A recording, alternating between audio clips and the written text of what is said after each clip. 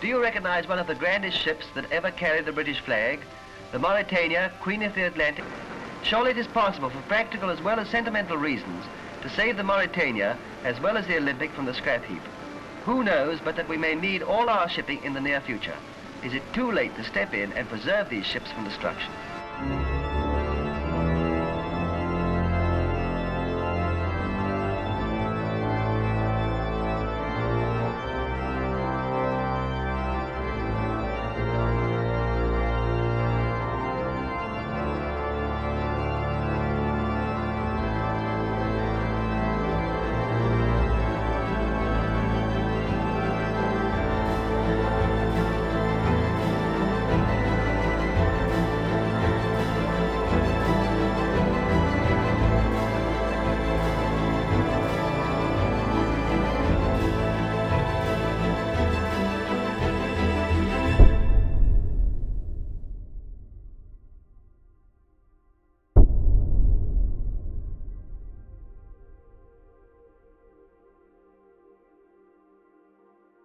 At the turn of the century, Britain's once dominant position in the North Atlantic merchant shipping trade suddenly felt on the verge of collapse.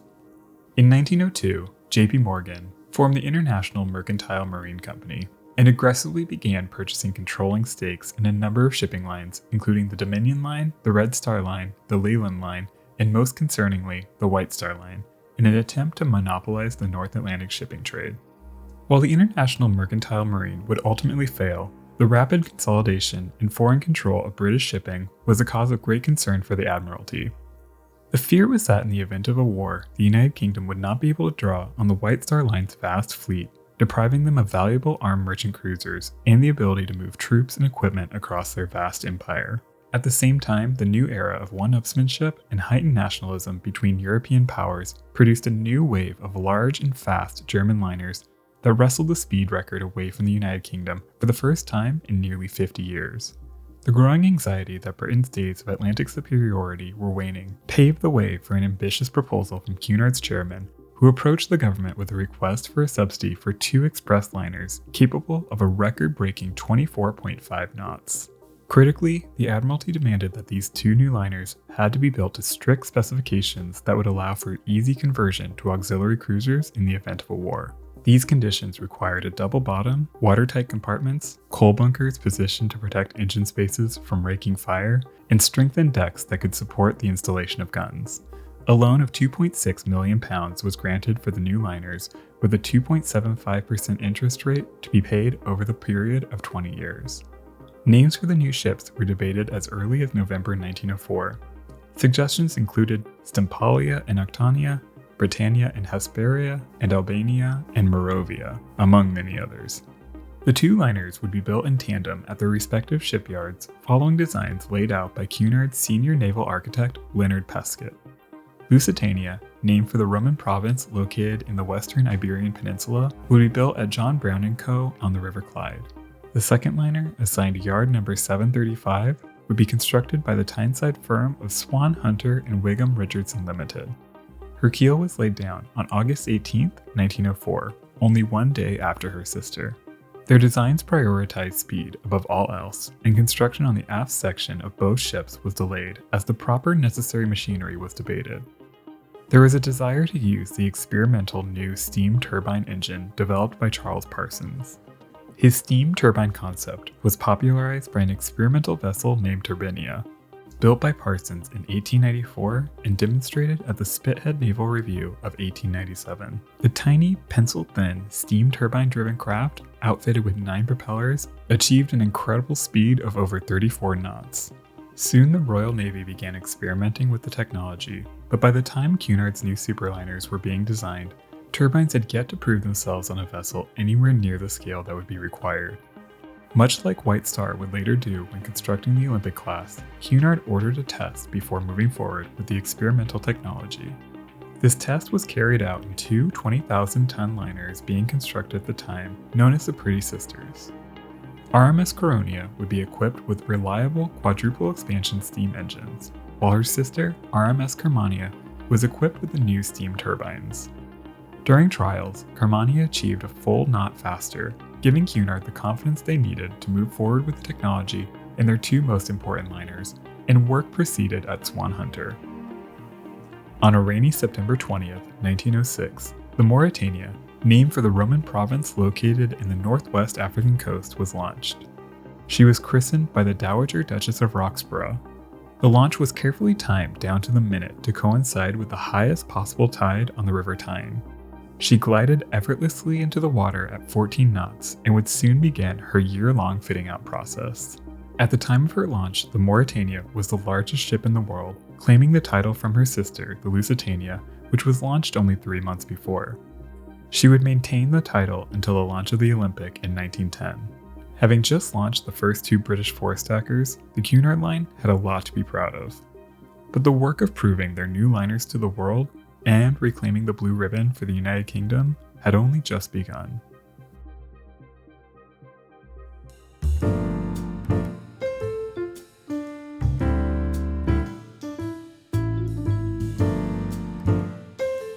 In total, the Mauretania took 13 million man-hours to build. She came in at 31,938 tons, with a length of 790 feet and a beam of 88 feet. She could accommodate 2,165 passengers and 802 crew members.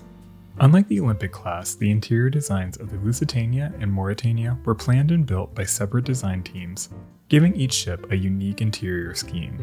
The contract for Mauretania's first-class interiors was awarded to Harold Peto, an architect who loved the Italian Renaissance and the arts and crafts movement.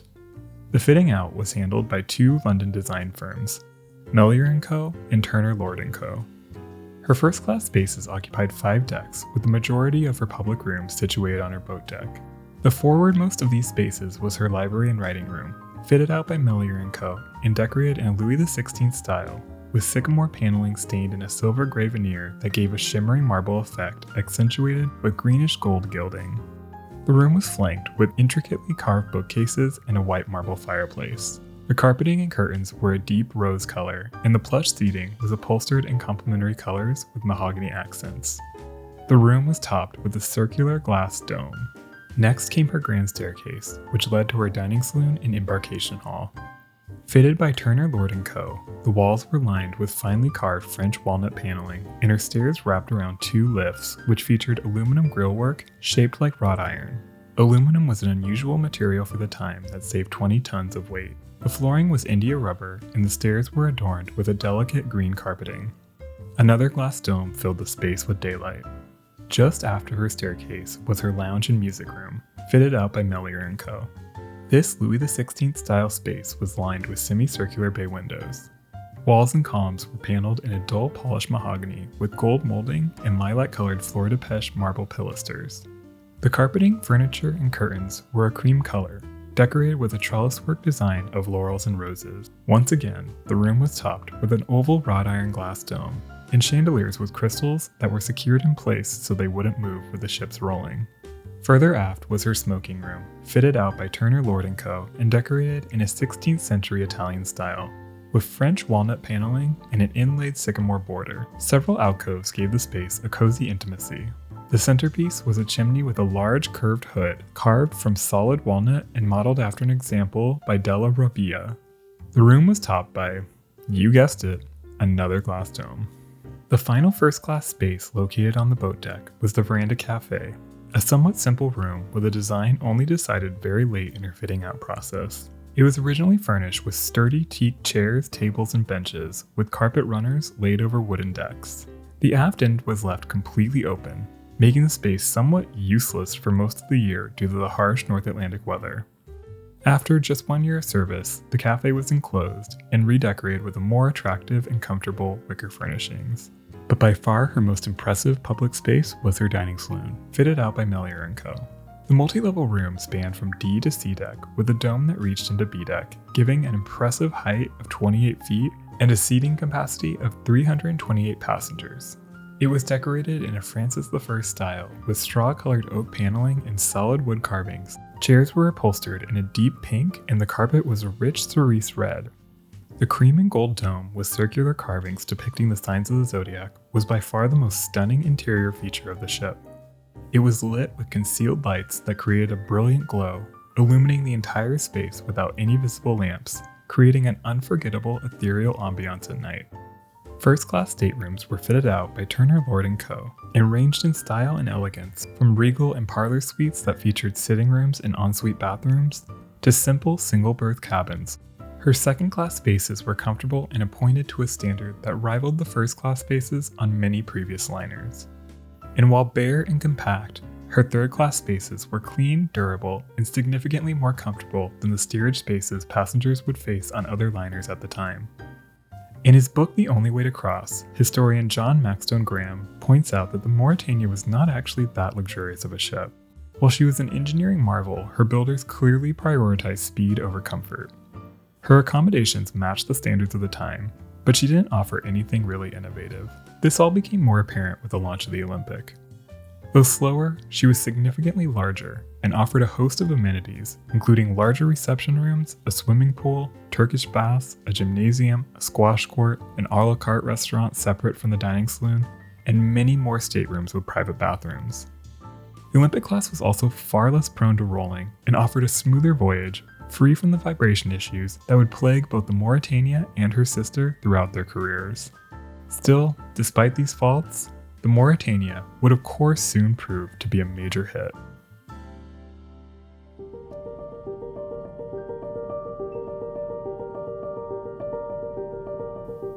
The Mauretania began her sea trial on September 18, 1907. As she was brought up to speed nearing 20 knots, vibrations began to heavily reverberate throughout the ship. These vibrations were so severe on her bridge that her commander ordered a full stop. When asked why, he replied, "Because I was being shaken off my bridge." To address these vibration issues, strengthening elements were added throughout the after sections of the liner, but this did little to solve the problem. The real cause of these violent vibrations was not her revolutionary steam turbines, but actually her propellers. While they represented the latest technology in propulsion at the time, the science was still in its relative infancy, and issues like cavitation were still poorly understood. Once the problem was determined, they had to wait a full year until she dropped a propeller at sea to justify replacements. In a testament to her incredible design, she completed 8 voyages with minimal disruption with just 3 propellers. When a replacement set was finally installed, her vibration issues were reduced considerably, but the problem was never fully eliminated. The other result of her trials that couldn't be disputed was her incredible speed capabilities. She quickly proved capable of achieving the 24.5 knot minimum speed set out by the Admiralty and easily exceeded 26 knots, teasing that the speed record would soon be hers. Needless to say, Cunard was pleased with their new liner, and they were eager to introduce her to the public, who of course immediately fell in love. The Mauretania left Liverpool for her maiden voyage on November 16, 1907. She was commanded by Captain John Pritchard. November is an unusually late date for a maiden voyage, and while her owners were eager to test her speed on the open Atlantic, she was plagued by rough weather for the entire westbound crossing. Seas were so rough that at one point her spare anchor broke free from her forecastle, taking 3 hours to secure. Several windows were shattered on her promenade deck and had to be patched with wooden plugs. Small streams of water were visible throughout the ship, and the teak railing above the bridge was damaged. While the voyage was generally a nightmare for her mostly seasick passengers, the weather cleared on the final day of the crossing, and Mauretania was able to offer a glimmer of her capabilities, achieving a record-breaking 624 nautical miles on that final day.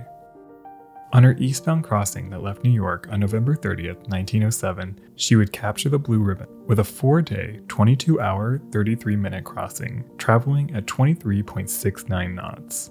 While Lusitania would hold the title for the westbound crossing for a couple of years, the Mauretania would soon win that prize too, in 1909, making the crossing in 4 days, 10 hours, and 51 minutes, traveling at a speed of 26.06 knots. The Mauretania was an immediate hit with the public, who marveled at her size and speed. Along with the Lusitania, she was a major step forward, and it's hard to overstate the cultural impact they had on the general public. But these early years weren't without tragedy. In January 1914, while undergoing her annual refit, a gas cylinder exploded on one of her turbines. The explosion killed 4 workers and injured 6 more. The accident only caused minor damage, and the Mauretania returned to service 2 months later. This incident was only the beginning of the most challenging chapter of Mauretania's long career.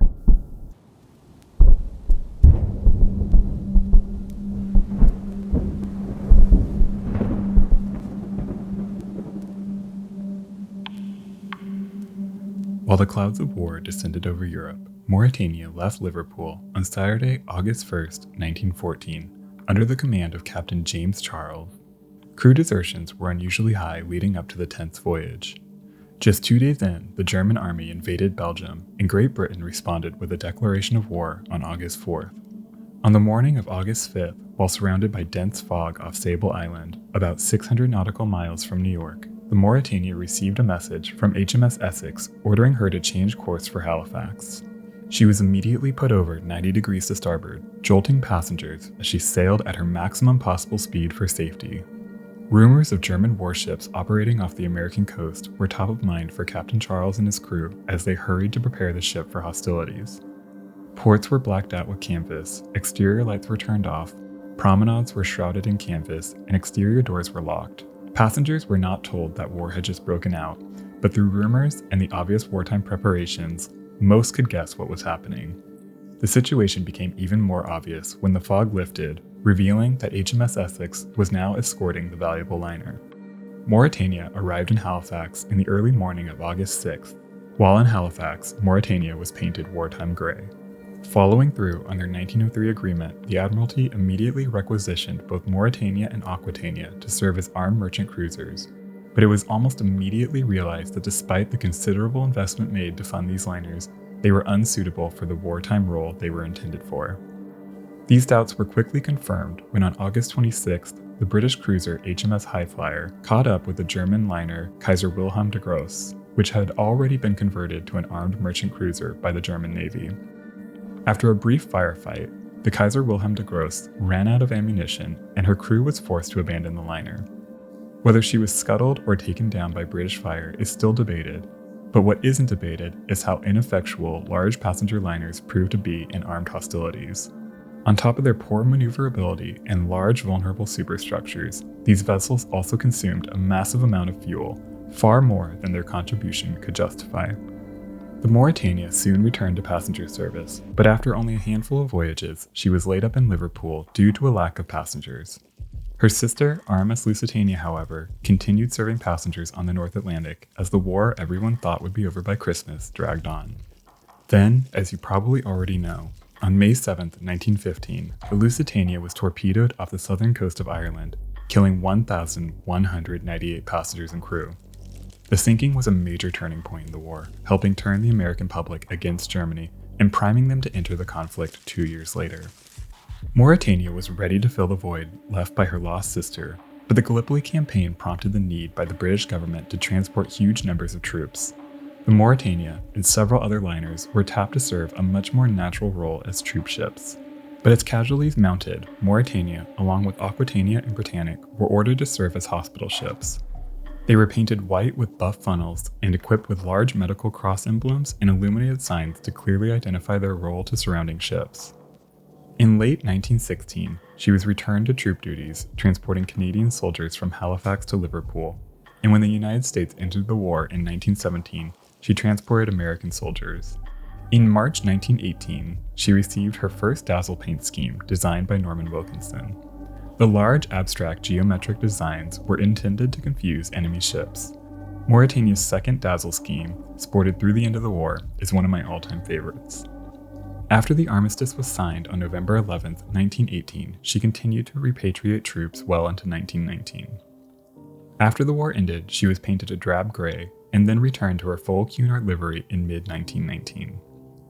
Over the course of the war, Mauretania safely transported over 50,000 troops. While she never served the armed merchant cruiser role she was built for, her contribution to the war effort proved invaluable. Now, she was ready to return to her primary role as a luxury passenger liner.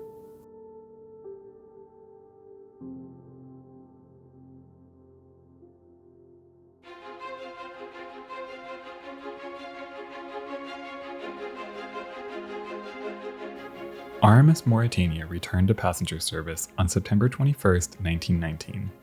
While she was in a rough state after years of wartime service, Cunard was desperate for revenue and eager to get passengers on their premier liner. But she was clearly far from her best and struggled to maintain the speed required to keep up with her busy schedule. On one crossing in April 1920, she sailed at an abysmal 17.81 knots. Then, on July 22, 1921, while docked in Southampton, a fire broke out in her first-class passenger spaces on E-deck. The fire was attributed to a workman who was smoking while cleaning a carpet with petrol or acetone. Ah, the good old days. The fire was quickly brought under control, but it impacted 3 decks and destroyed 50 cabins. Damage spread to her first-class smoking room, library, lounge, and dining saloon, and the smell of burnt timber and wool permeated the ship. This finally justified a much-needed refit, which began later that year at the Tyne shipyard. Her coal-burning boilers were converted to oil firing, and the fire damage was repaired. She returned to service in March 1922, but her turbines were still in major need of an overhaul, and she was once again pulled from service for another refit in 1923. While undergoing the work in Southampton, the shipyard workers went on strike. Cunard couldn't afford a delay, and the Mauretania was towed to Cherbourg, France, where the work was completed. She was returned to service in May 1924. These years were Mauretania's heyday. She continued to hold the blue ribbon and even bested her own eastbound speed record in August 1924, with a speed of 26.25 knots. Her reputation as the fastest liner on the Atlantic helped maintain her popularity with passengers. While older than most of her competition at the time, she was still seen as one of the most glamorous ways to cross the Atlantic. But as the decade continued, Mauretania soon faced a new generation of liners. In 1929, after holding the blue ribbon for an incredible 22 years, Germany's Bremen claimed the record. That same year, Mauretania made one last attempt to reclaim the prize. She came within only a fraction of a knot, but in the end, even after decades of refinement, she just couldn't compete with Bremen's superb engineering. Despite refits that improved her passenger spaces, the Mauretania felt increasingly dated when compared to the modern liners entering service at the time. With new competition and the Great Depression severely limiting passenger numbers, the Mauretania became a dedicated cruise ship in 1930 and was painted white to fit the role in 1932. In 1934, facing a dire economic situation, Cunard was forced to merge with the White Star Line. Numerous older vessels, including the Olympic, Homeric, and Majestic, were soon withdrawn from service. The Mauretania wasn't spared. She sailed her final eastbound voyage in September 1934 from New York to Southampton, where she was laid up alongside the Olympic to await her fate. Her furnishings were auctioned off, and on July 1, 1935, she left Southampton for the last time for Rosyth, Scotland, where she would be broken up. One of her former captains, Arthur Rostron of Titanic fame, came to see her off, but he refused to go aboard, stating that he preferred to remember her as she was in her prime. As she sailed for the breakers, she paused for half an hour at her birthplace on the Tyne, where she was greeted by massive mourning crowds. She arrived in Rosyth on July 4, 1935, and her engines were shut down for the last time with a dark final shudder. The public was allowed to tour the great liner before scrapping began, and a reported 20,000 people visited her. Her scrapping was controversial, and many high-profile people protested, including Franklin Delano Roosevelt, who was himself a former loyal passenger. He kept a large detailed model of the ship, which is now on display at the National Museum of American History in Washington, D.C. He famously wrote, "Every ship has a soul, but the Mauretania had one you could talk to." By 1936, the great liner was gone. The Mauretania came from a time when the great ocean liners were deeply significant to the public, but there was something about her that earned an especially fierce love. Mauretania represented a simpler time. She symbolized a final tenuous link with the Edwardian age of innocence that would soon be crushed by the horrors of war. A time when feverish technological advancement was a marvel to be celebrated, before such mechanization unleashed unprecedented horror on the world. While future liners would capture the public's imagination, they would never quite match the exuberant innocence of Mauretania.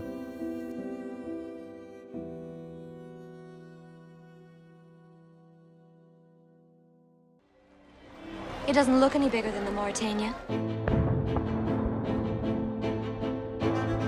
On September 14, 1914, only a few days after war broke out between Great Britain and Germany, the Cunard liner RMS Carmania, newly converted to an armed merchant cruiser, was patrolling the South Atlantic Ocean when she encountered a baffling sight near the tiny island of Trinidad. Another RMS Caronia. The doppelganger was in fact the German liner SMS Cap Trafalgar, a roughly similar sized ship, hastily disguised to look like the Cunard liner. The ruse obviously failed. The Cap Trafalgar was exactly the type of enemy auxiliary cruiser the Carmania was sent to the region to flush out. The two ships immediately engaged one another, setting off one of the strangest naval battles in history, a fight to the death between two luxury liners.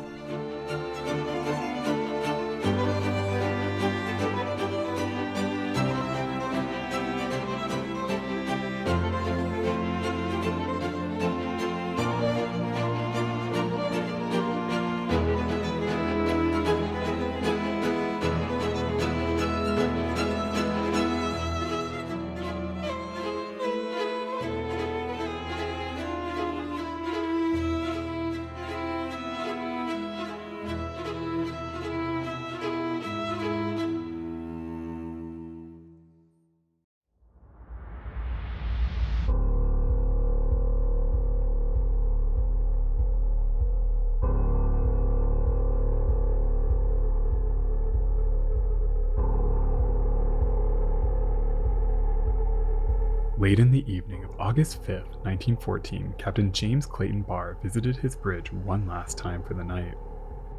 His ship, the RMS Carmania, was 3 days out of New York on a routine voyage to Liverpool, carrying 800 passengers.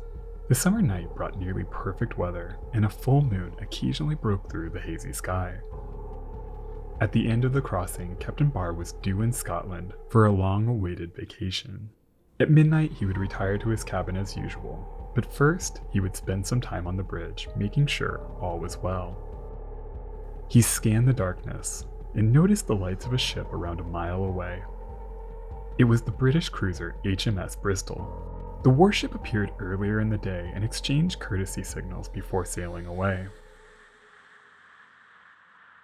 Captain Barr struck a match and lit his pipe, something only an experienced and well-respected captain could get away with. When he looked back up, the lights of the cruiser were gone. Something strange was happening. Barr broke the silence with a simple command: reduce to half speed. While confused at the strange order, his crew complied. Barr gave no explanation as he waited in silence. Somewhere off his port beam, a warship was keeping station with his liner, completely in the dark. Any wrong move could cause a deadly collision. Then, the moon broke through the clouds. To his horror, Captain Barr immediately spotted the bow wave of the cruiser, heading straight for them. He sprang into action, sounding off the international signal warning of immediate danger. Just as he was about to order full speed and hard to starboard, the Bristol turned sharply until she was running broadside with the Carmania. Through a megaphone, a voice boomed out: "Carmania, war is declared. Darkened ship, radio silence." After delivering the message, the Bristol sped away and disappeared in the night. Captain Barr carried out the orders and resumed full speed. He then went below to his cabin and opened his safe, removing a sealed envelope labeled only to be opened in the event of hostilities. As he strongly suspected, the Carmania would be handed over to the Admiralty the moment she reached port. She was built to specifications that made it possible to almost immediately convert her into an armed merchant cruiser. Barr picked up his phone to the bridge and ordered double lookouts posted. He sent a crew to ensure that the lifeboats were properly provisioned with food and water and ready to launch at a moment's notice. With his immediate duties fulfilled, Captain Barr took a moment to record his thoughts in his diary. He wrote, "Thank God I was never taught to hate any man."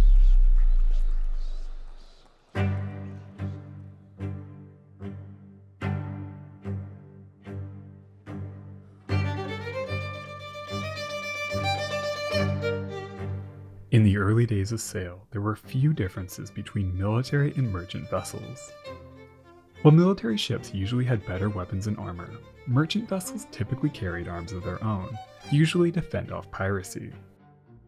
When hostilities broke out, merchant vessels could be easily pressed into wartime service.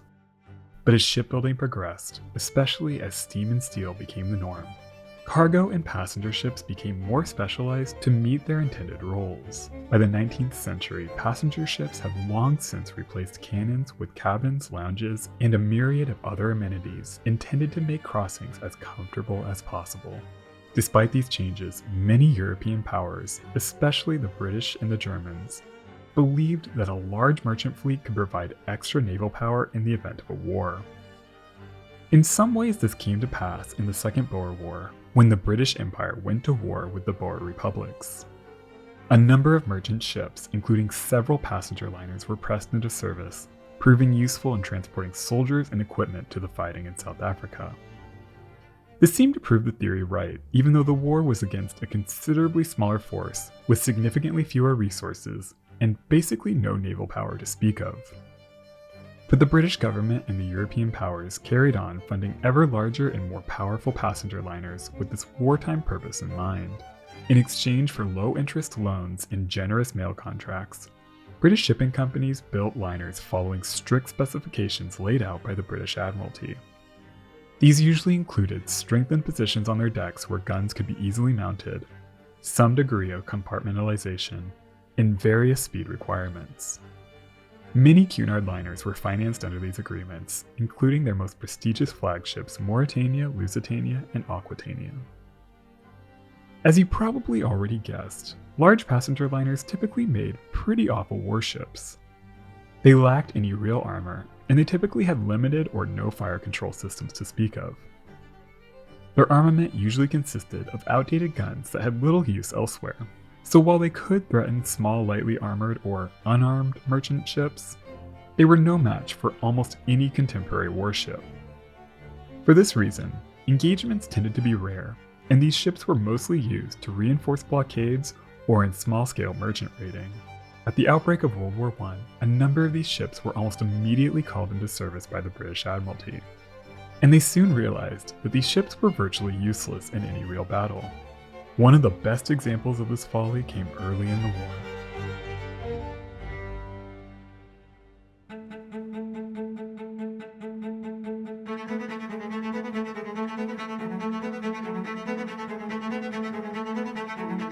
The Cunard line entered the 20th century with a lot of catching up to do. In the early 1890s, the company launched the Lucania and Campania, the two largest and fastest ships in the world. But both of these titles quickly slipped away when the Germans launched the SS Kaiser Wilhelm der Grosse in 1897. Around the same time, Cunard's greatest rival, the White Star Line, launched a series of ever larger liners that captured headlines and generated immense profits. It was a time of considerable innovation in the shipping industry, when size, power, and national pride made all the difference. Cunard had to respond. But in a time of rapid advancements in engineering and propulsion, the company risked making a heavy investment in untested technology. The Parsons steam turbine had shown promise in smaller vessels, but whether it could power the largest and fastest passenger liners in the world was an open question. Cunard decided to test the equipment on their next set of liners before installing it on the upcoming superliners. A contract was signed with the John Brown & Company shipyards at Clydebank for two nearly identical 20,000-ton liners, one equipped with well-proven quadruple expansion engines, the other would utilize Parsons steam turbines. Designed by the renowned naval architect Leonard Pescott, the two ships would be the largest liners in the Cunard fleet at the time, though it was clear that this title wouldn't remain for long. RMS Caronia, equipped with traditional quadruple expansion engines, was launched on July 13, 1904. Her sister, RMS Carmania, was launched on February 21, 1905, sporting innovative Parsons steam turbines. She was christened by Lady Blythswood, the wife of a former aide to Queen Victoria. The event garnered considerable press attention, mostly because it was well known that Carmania served as forerunner to the considerably larger ship soon to come, what would eventually become the Lusitania. In mid-November of that year, sea trials began. Even before her hull was properly cleaned, she easily achieved an impressive speed of 21 knots, well above her sister's 19-knot speed, demonstrating the power and potential of Parsons steam turbines on a larger scale. A few weeks later, on December 2nd, 1905, she departed Liverpool on her maiden voyage to New York. The weather was horrible, so bad that when she finally neared New York Harbor, she wasn't even able to embark a harbor pilot, delaying her arrival for a full day. She carried several engineering experts, eager to observe the new equipment in action. Despite the severe weather, her machinery performed perfectly. RMS Carmania measured 675 feet, or 207.7 meters in length, with a beam of 72.2 feet, or 22 meters. She came in at 19,524 tons and could carry 2,650 passengers with a crew of 450. She was equipped with 3 propellers powered by 3 direct-acting Parsons steam turbines. Her center shaft was driven by a high-pressure turbine and her side shafts by 2 separate low-pressure turbines.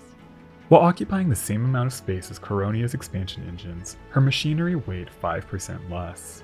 The 2 ships shared the same coal-fired boiler configuration.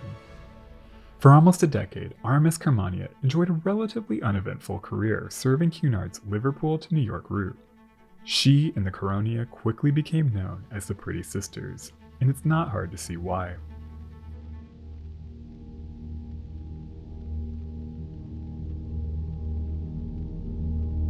In 1910, she suffered a severe coal fire while docked in Liverpool.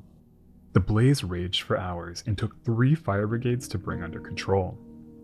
Her hull and machinery were unharmed, despite significant smoke damage to her passenger spaces.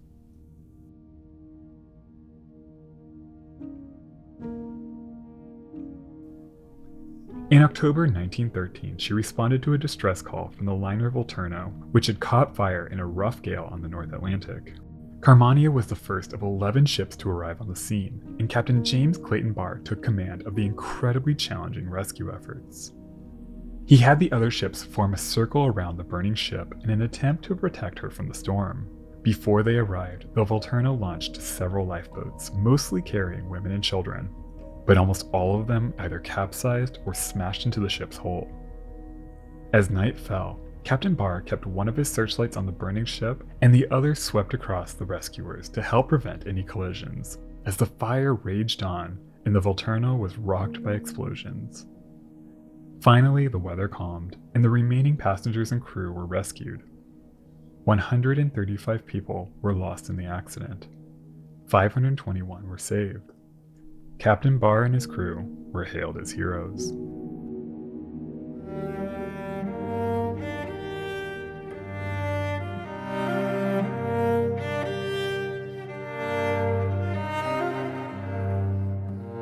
By the turn of the century, the German firm Hamburg Süd, whose full name I won't try to pronounce out of respect for the good people of Germany, was one of the largest shipping lines operating between Europe and South America. In 1914, they added an impressive new flagship to their fleet of over 50 vessels. Built by the A.G. Vulcan shipyard on the Elbe River in Hamburg, the Cap Trafalgar would be the largest and grandest vessel yet for Hamburg Süd.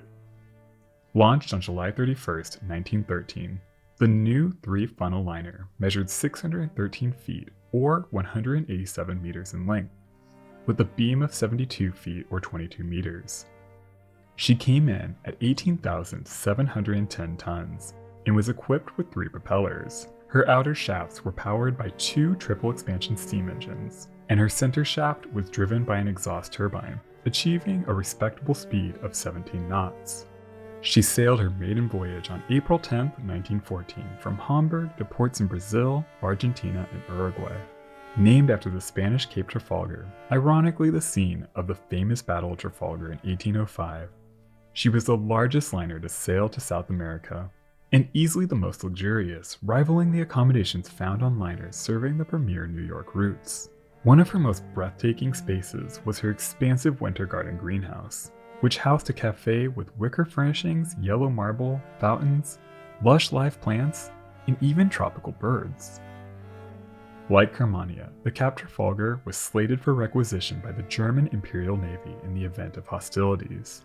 She lay anchored in Buenos Aires, easily the largest ship in port, when the German consul boarded the ship and informed her captain, Commandant Fritz Langenhans, that Germany was at war with England. From his bridge, the distinguished captain looked back at the glittering white superstructure of his ship. He thought of a joke that he made after completing their maiden voyage only a few months prior, when he pointed to the ship's winter garden and laughed. People in glass houses would be exceptionally foolish to start throwing stones.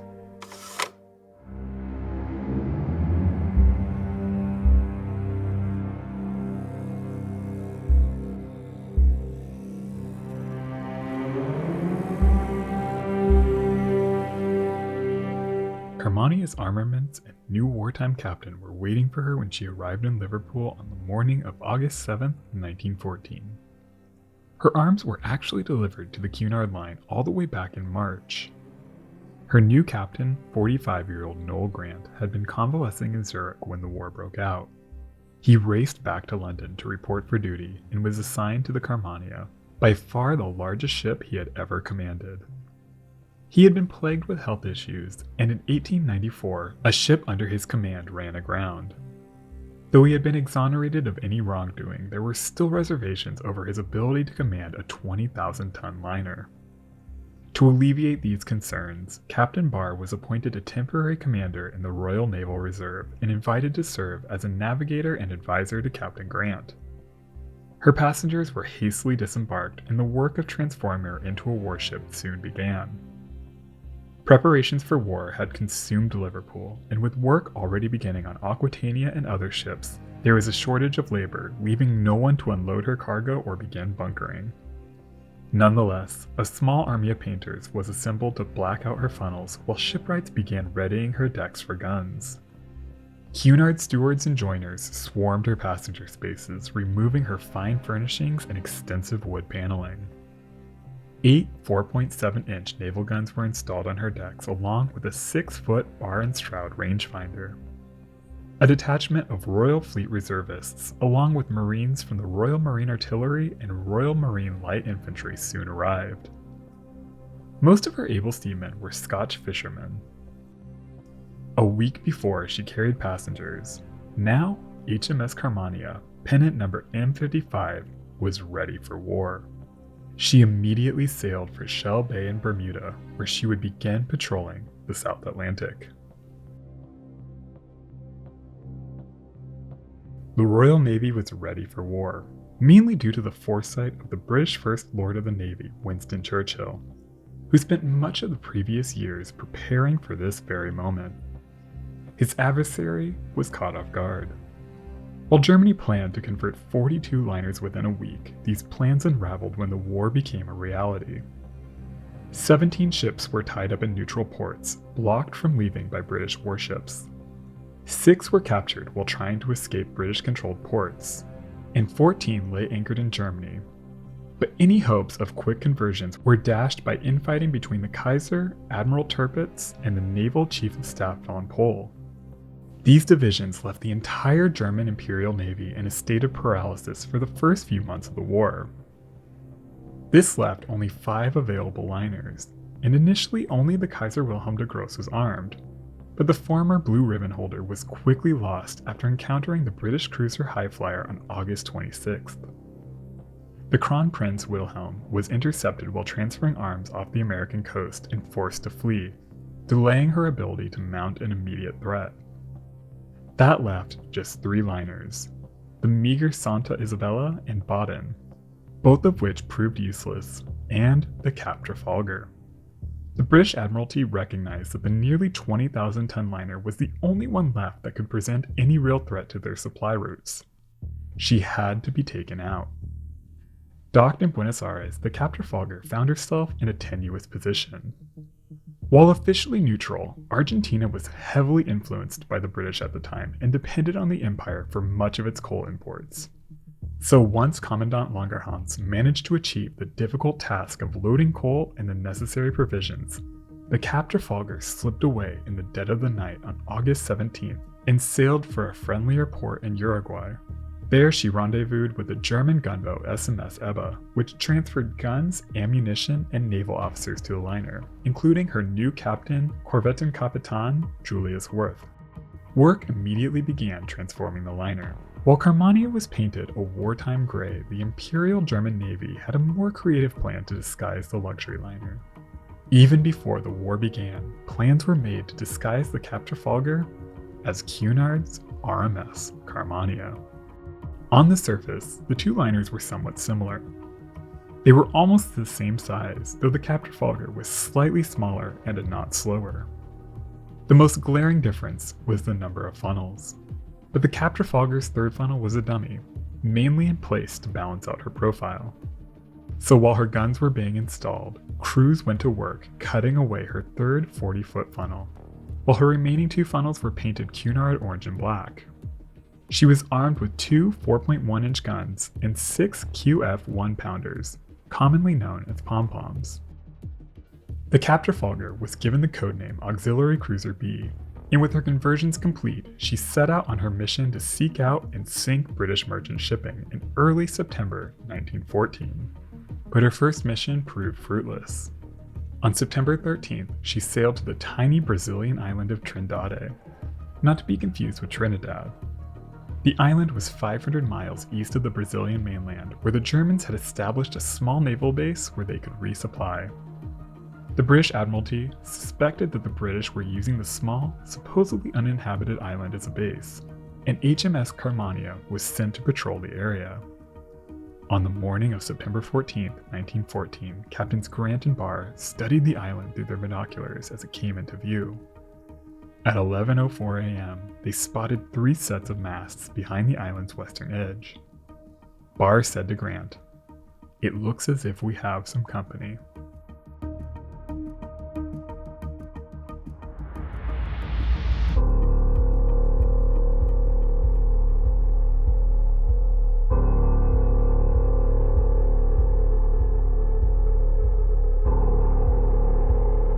While the doppelganger clearly wasn't the Carmania, her identity remained a mystery to Captains Grant and Barr. They incorrectly thought that she might have been the Norddeutscher Lloyd liner Berlin. Her true identity wouldn't be confirmed for days. The more pressing question, however, was whether the enemy ship was armed. Grant ordered the white ensign hoisted as he sailed for the mystery ship about 15,000 yards away. Both ships followed the same course away from the island toward the open sea. Barr and Grant both suspected a trap and anticipated a German warship waiting for them just beyond the island. They were prepared for battle, and an hour before, the Carmania's crew were sent to an early meal, honoring the long-held custom of fighting on a full stomach. Now the crew went into general quarters, standing ready at their action stations. Captain Wirth recognized the Carmania's white ensign. As the Cap Trafalgar reached her maximum speed, he ordered a full 180-degree turn that would aim his ship directly at the enemy. He warned his engine room to be ready for violent maneuvers. The turn closed the distance between the two liners considerably. At the same time, his radio operator sent out a series of messages, broadcasting the situation in the hopes that nearby German ships could offer support. At 12:10, the Carmania's gun crew announced that the enemy ship was in range. Captain Grant ordered a single warning shot fired across the ship's bow. The shell hit the water around 100 yards from the Trafalgar. With that, Wirth raised the German ensign and ordered his guns to return fire. The battle was on. Cap Trafalgar's guns were told to concentrate their fire on the bridge and upper works. Captain Wirth aimed to capture the vessel and its valuable armaments, coal, and supplies rather than sink it. Their first few shots flew straight over the Carmania, but after some recalibration, their next round of shots proved devastating. They took out her signal halyards and radio mast. The third round struck one of Carmania's guns, killing most of the crew stationed there. The Carmania's return fire was equally devastating. 2 shells almost immediately shattered the Trafalgar's winter garden, spraying splinters everywhere, piercing her steam pipes and starting several small fires. On the bridge, a splinter killed Captain Wirth's helmsman, sending the wheel spinning wildly. The ship yawed sharply to port. Wirth grabbed the wheel himself. With steam and hydraulic pipes damaged, it took considerable effort to try and bring the ship under control. Lieutenant Retberg jumped to his aid, and the 2 men fought to bring the ship back on course. Fire nearly consumed the Trafalgar's bridge, and smoke hid the Carmania from view. Wirth looked down at his forecastle. Through an open hatch, he saw his boarding party standing ready while crews passed shells up to the guns on deck. Ironically, the erratic turns gave the Trafalgar's guns a better angle on the Carmania, and they let off a series of devastating blows. Now, with the two ships only around 2,000 yards apart, the Trafalgar's machine guns came into range and opened fire to devastating effect. The enemy's focus on their upper superstructure quickly brought the liner to the brink of death. Gunners called up to the bridge, pleading with the ship's captains to open some range. But as fires raged seemingly everywhere, Captain Grant ordered the bridge abandoned, and he raced to the relatively protected port side aft control. Captain Barr, laying flat on the deck, called down to the engine room and ordered his starboard engine full ahead and port engine full astern. Captain Grant might have been the ultimate authority on board, but Barr was determined to do anything he could to save the ship he loved. After completing a perilous 90-degree turn, he ordered his engines full ahead and finally got to his feet as he raced aft as the ship's forward superstructure was consumed by flames.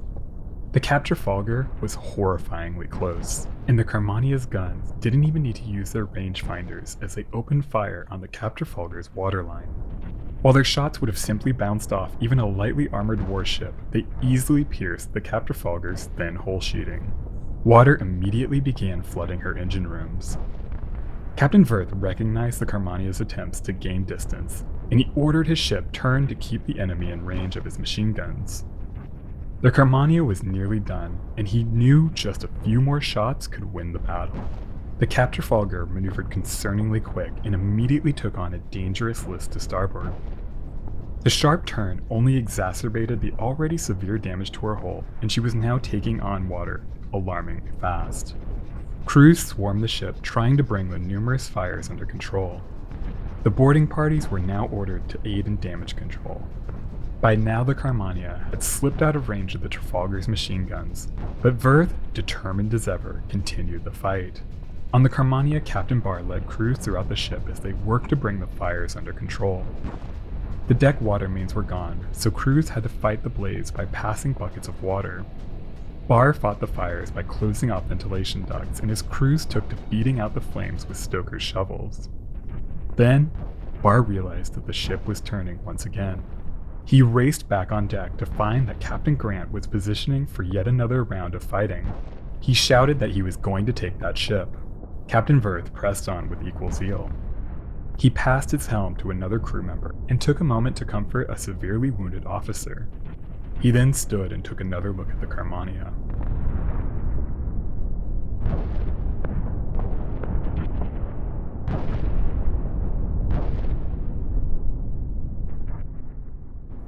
A shell exploded in the superstructure below him, and he was flung violently into the helm. As the smoke and dust settled, his second-in-command jumped to his aid. Captain Wirth was alive, but a huge splinter of deck railing was lodged in his left side. The battle was clearly lost. With his last ounces of strength, Captain Wirth ordered the men cleared from below and the ship abandoned. No officers were to leave until every man was in the boats. Recognizing that the end was near, one of the Cap Trafalgar's colliers, the Eleanor Wouvermans, which closely followed the battle, now swooped in to begin rescuing the crew as they streamed on deck. She maneuvered between the crippled liner and the Carmania and went to work picking up survivors. On the Carmania, Captain Grant pressed his ship forward. Defying his rank, Captain Barr, realizing that the enemy ship was doomed, shouted at Grant, "You will surely lose this one if you don't keep away." Her gun crew ceased firing, and the Carmania fell into silence. At her current course, the wind was spreading the flames throughout the ship. They were also aware that another German merchant cruiser, the Kronprinz Wilhelm, had managed to arm herself in the previous weeks and was now likely speeding to the area. The Carmania was in no position to continue the fight. After a few tense moments, Captain Grant relented. He ordered the ship turned about, out of the wind, so crews could bring the fires under control. Captain Barr succeeded in saving his ship.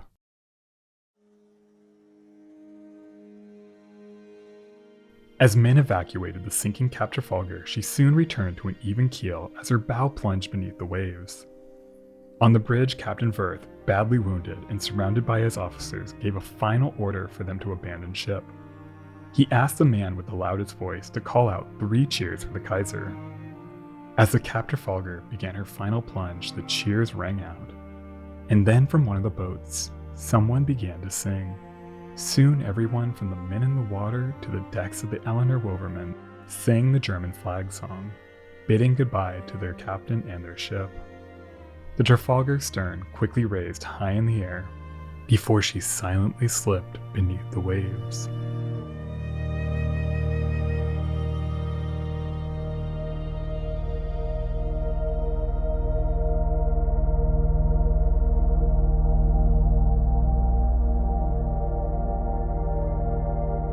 Having only barely survived the battle, the Carmania now limped for safety.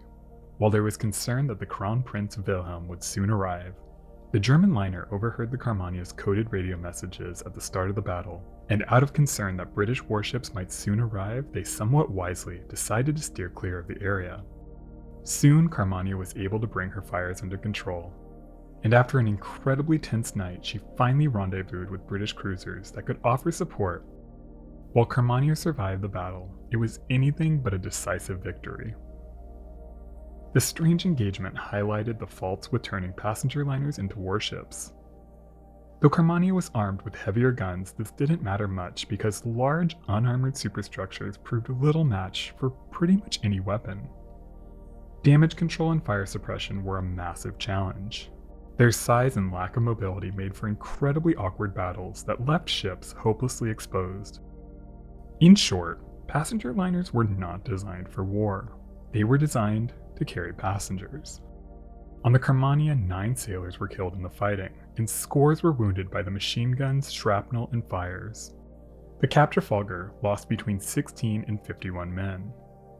Record keeping from the time makes it impossible to know the exact number. The remaining 279 crew members were captured and interned in Buenos Aires. Captain Wirth went down with his ship.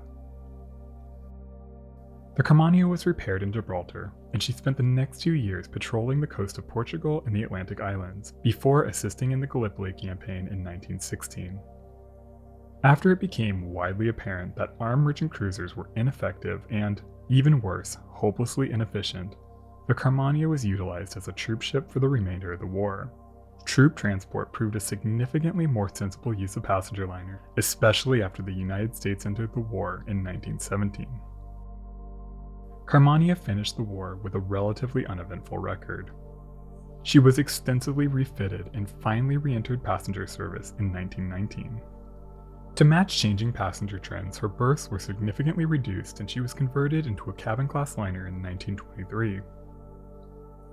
For nearly a decade, she and her sister Caronia enjoyed a successful career carrying passengers on the Atlantic.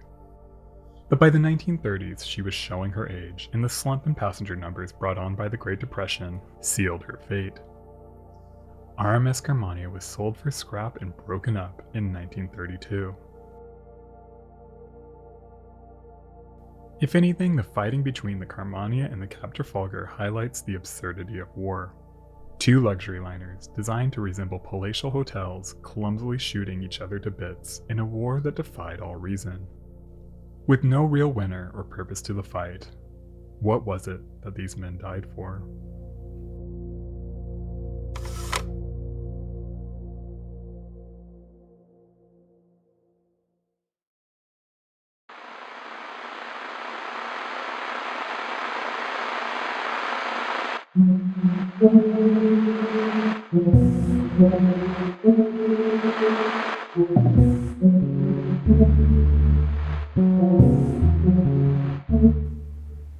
In the early morning hours of March 2nd, 1940, while war raged in Europe, the largest passenger liner in the world, the unfinished RMS Queen Elizabeth, quietly left her anchorage in the Firth of Clyde.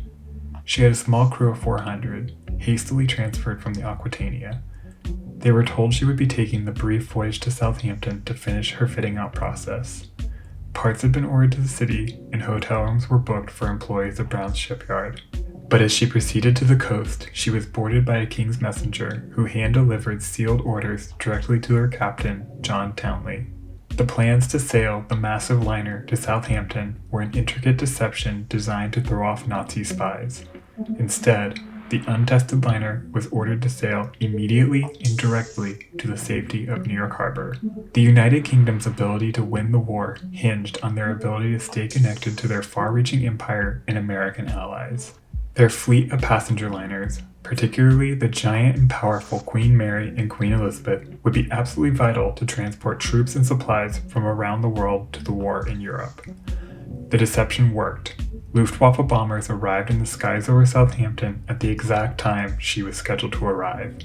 The Queen Elizabeth narrowly escaped, but she was far from safety as she began her perilous dash across the Atlantic.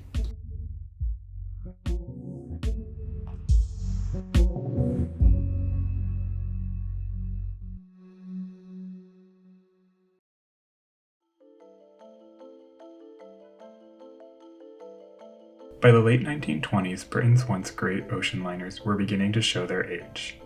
In 1929, the Mauretania's crown as the fastest liner in the world, a record she held for nearly 2 decades, was captured by Germany's Bremen. With new competition from Germany and Italy, and a new French superliner on the horizon, Britain's 2 leading passenger lines began planning new superliners to stay competitive. The White Star Line laid the keel for their own 1,000-foot liner, the Oceanic III, and in December of 1930, Cunard began work on the yet unnamed hull number 534 at the John Brown & Co. shipyard in Clydebank. But the Great Depression soon ground both projects to a halt. The 2 companies appealed to the British government for financial support, but ultimately the government decided it could only support one major company, and so they compelled the lines to merge, forming the Cunard White Star Line on May 10, 1934.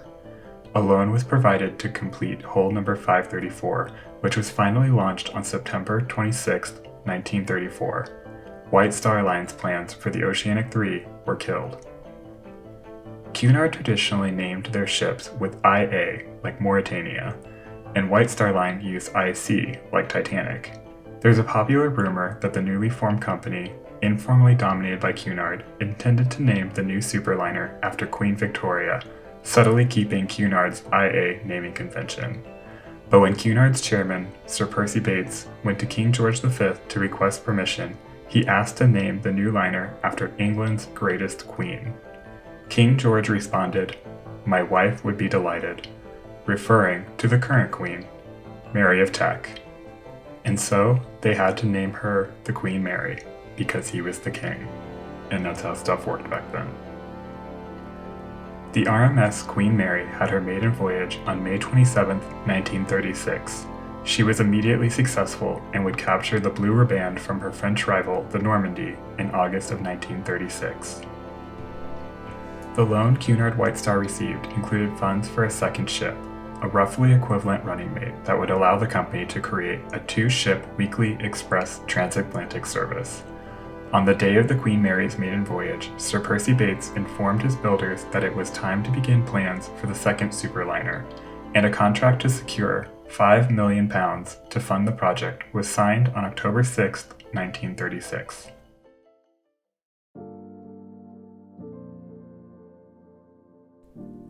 While the Queen Mary was a triumph, her design was essentially a larger, updated version of the Cunarders that came before her. The Normandy, on the other hand, was revolutionary. While the two were roughly equal in speed, and the Queen Mary was already proving more popular with passengers, it was widely felt that the Normandy was a more advanced and stylish ship. It was insisted by Sir Percy Bates that the new liner would not be an exact copy of her running mate. The Queen Elizabeth was spiritually a sister to the Queen Mary, but her design incorporated some key improvements. She was designed to run on just 12 boilers, cutting Queen Mary's total of 24 in half.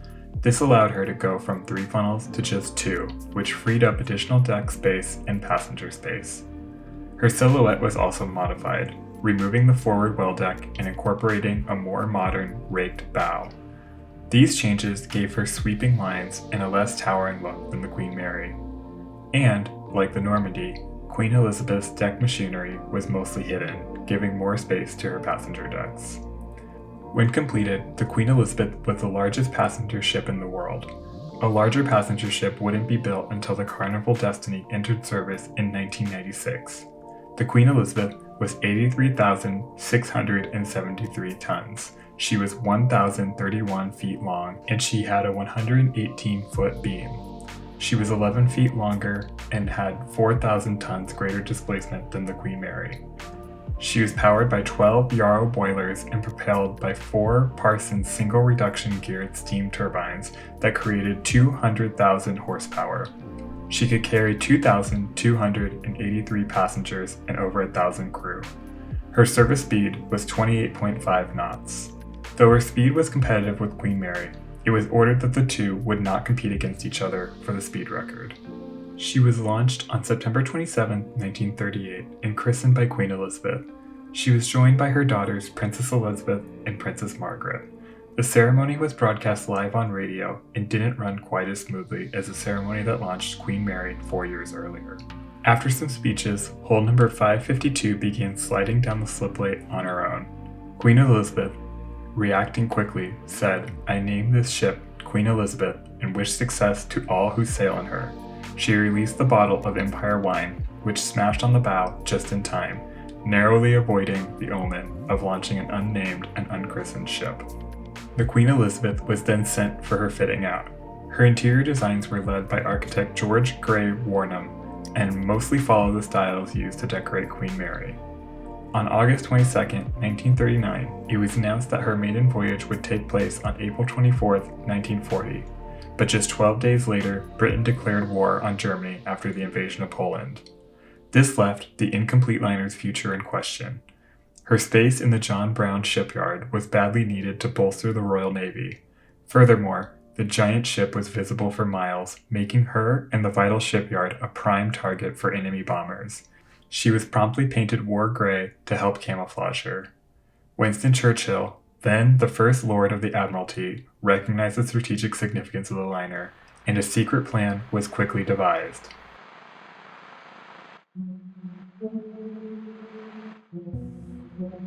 Queen Elizabeth was ordered to proceed immediately to New York. When the untested liner was brought up to speed and ran at over 25 knots for an hour, the escorting warships were allowed to stand down. She arrived in New York Harbor on March 7, 1940. She was docked beside the Queen Mary in the Normandy. It would be the only time the three ships would ever be together. Queen Elizabeth still needed to be finished, and the United States, still officially neutral, could not assist in her conversion to a troop ship. After a few months, she left for Singapore, where she would be repainted and fitted with anti-aircraft guns. She began her service transporting Australian soldiers, but when the Japanese attacked Pearl Harbor, the South Pacific was no longer safe, and the Australians needed their forces at home. By 1942, she was outfitted in British Columbia to hold more troops, and she began the most valuable portion of her wartime career, transporting American troops to the fight in Europe. She could carry an astonishing 15,000 troops in a single voyage. Her speed allowed her to easily outrun German U-boats and typically meant she didn't have to travel with a convoy.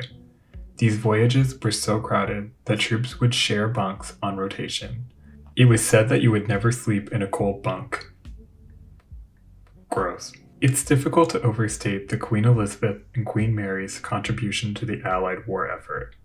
Queen Elizabeth alone carried more than 750,000 troops and traveled some 500,000 miles over the course of the war. The two ships were so valuable that Hitler himself offered a bounty to any U-boat captain that could sink them. Luckily, no one could, and both ships survived the war. Winston Churchill famously credited the two queens with shortening the war by a full year.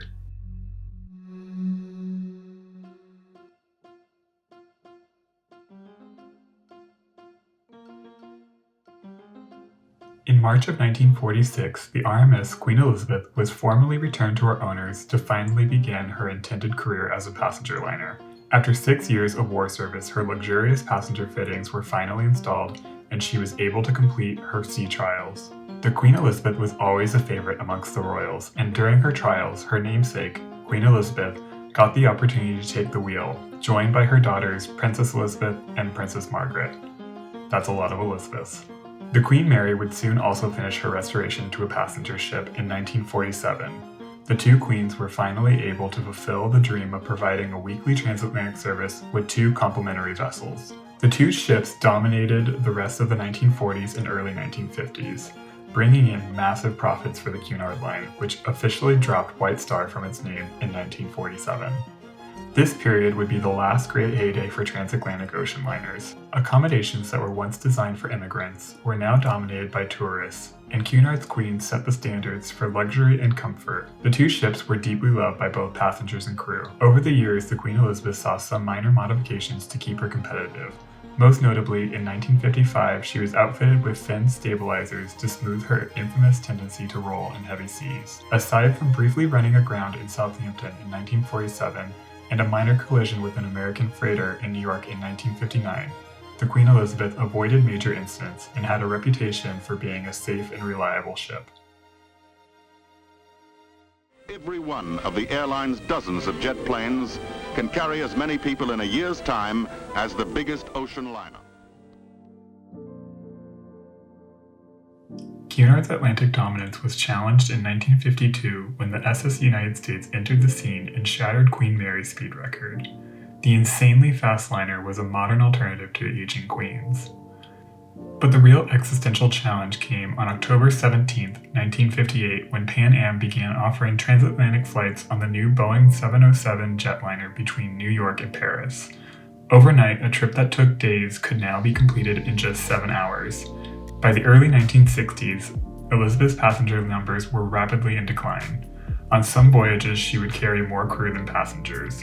The writing was on the wall, and by 1965, the Cunard fleet was operating at a heavy loss. The situation was dire, but the company was determined to continue offering a transatlantic service for the foreseeable future. In 1964, after an earlier project fell through, the company finally moved ahead with what would become the Queen Elizabeth II, a brand new superliner that would begin service in 1969. Even with the new ship on the horizon and a dire financial situation, the company was reluctant to retire the Queen Elizabeth and Queen Mary. The idea of sending these historic symbols to the scrapyard felt unthinkable. Attempts were made to operate Elizabeth as a cruise ship. She underwent a £1.75 million refit in 1965 that reconfigured her Lido deck, added an outdoor swimming pool, and enhanced her air conditioning for tropical climates. But her cruising voyages were poorly planned and proved deeply unpopular. One trip from New York to the West Indies sold so poorly that it was replaced with an unscheduled, virtually empty transatlantic crossing that became known as the Ghost Ship Voyage. In 1967, the Queen Mary was officially retired. She was purchased by the city of Long Beach, California, which agreed to turn the liner into a hotel and museum. Cunard hoped to keep Queen Elizabeth in service for at least a few more years, but newly introduced fire safety standards meant that in order to continue serving, the Queen Elizabeth would have to undergo a £750,000 modification, and by that time the company simply could not justify the cost. The Queen Elizabeth made her final round-trip voyage to New York on October 28, 1968. Over the course of her peacetime career, she crossed the Atlantic 896 times, carried 2,300,000 passengers, and traveled 3,472,675 nautical miles. After her final voyage, she returned to Southampton, where she was visited one last time by her namesake, Queen Elizabeth, now the Queen Mother.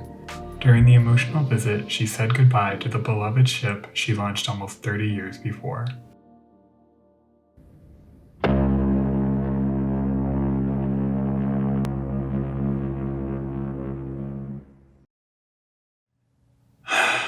Alright, this part sucks.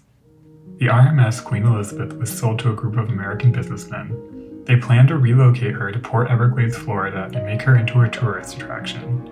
But unlike the Queen Mary, which underwent a renovation process to convert her to a hotel, restaurant, and museum, the Queen Elizabeth was simply open for paid tours. The venture failed almost immediately. The humid Florida climate ended up taking a much heavier toll on the ship than anticipated, and the public interest in touring the 30-year-old ship dropped off almost immediately. Her owners were forced to close her after she was declared a fire hazard. In 1970, she was sold at auction to a Hong Kong businessman who planned to turn her into a fully seaworthy university for the World Campus Afloat program, which would later become Semester at Sea. Sick! This plan wasn't necessarily a terrible one, I guess. She would be renamed the Seawise University and sailed to Hong Kong, but after years of neglect, the ship was in terrible shape. It was proposed that she would be towed to Hong Kong, but instead it was decided that she would sail under her own power. The voyage was a complete mess. Only 6 of her 12 boilers were operable, and 1 of the 6 failed before she even left her berth. She had barely enough power to keep up momentum, and she required a long stop in Aruba for repairs. Once in Hong Kong, her £5 million conversions began. She was painted white with brilliant orange funnels. Nearly all her conversions were completed, including updating her fire control systems and refurbishing her boilers. What was left required dry docking in Japan, but the dreams of wild academia at sea would never materialize.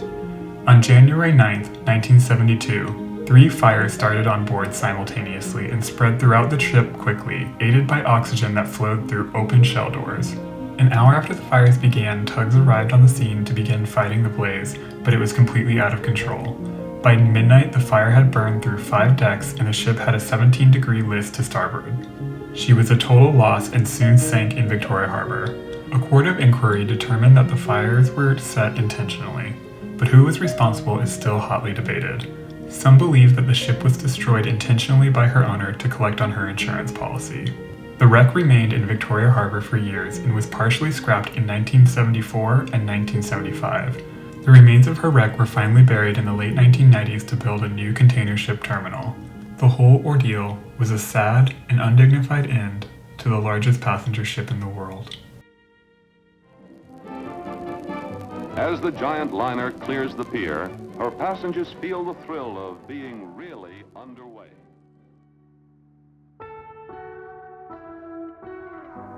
The Queen Elizabeth tends to get less attention these days than her more famous running mate, but her legacy as a great liner is undeniable. Not only was she a favorite for crossing the Atlantic from the 1940s through the 1960s, she was also a vital asset in the war against fascism and the largest liner ever built for half of the 20th century. While she was bigger, newer, and in some opinions, mine included, more beautiful in her design, the Queen Elizabeth never fully emerged from her sister's shadow. It sort of makes sense. The Queen Mary is one of the only liners from that era that survives today. It's hard to beat a ship that's still floating. Unless you're the Titanic. The Queen Mary was a triumph and a source of immense national pride at a time when ships really were symbols that represented their nation's standing in the world. And now she's a favorite spot for YouTubers to fake ghost videos. The Queen Elizabeth entered passenger service in a world very different. Britain emerged from the war a very different country, both economically and spiritually. The rapid advancement in aeronautics during the war cast the world's eyes to the sky. Change was inevitable from the moment her first passenger stepped on board. Furthermore, crews generally seemed to prefer working on the Queen Mary. She was described as a happier ship. Elizabeth was rushed to completion in a time of war, which robbed her builders of the proper time and resources it took to perfect the small details of her design. But most of those flaws were imperceptible to her millions of passengers. For most who sailed on her, the Queen Elizabeth was a beloved and iconic ship. She represented a golden era of transatlantic crossing. It was a brief period when shipping lines had perfected comfort, style, and glamour, before travel became cramped, rushed, and utilitarian. A voyage on the Queen Elizabeth was a 6-day escape from the realities of life on land. So while she may not have been as well known as her more famous running mate, she still has a place as one of the greatest liners to ever sail the Atlantic.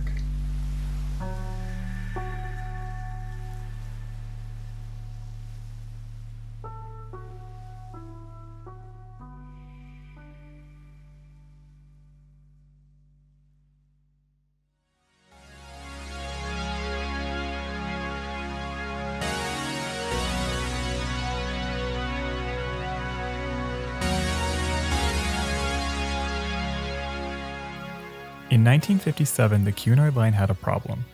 For nearly 2 decades, they dominated the transatlantic passenger trade with the RMS Queen Mary and RMS Queen Elizabeth. Despite their legendary status, these 2 great liners were increasingly becoming relics of the past, as passengers opted to cross the Atlantic by plane. If Cunard was going to maintain their dominance, they would need a replacement. They knew that an ultra-modern superliner would resurrect Cunard's greatness and keep passengers crossing the Atlantic by sea for the foreseeable future. They were wrong, but nearly a decade of planning later, these plans would create one of the most beloved liners of all time, a liner that would somehow manage to carry Cunard into the 21st century.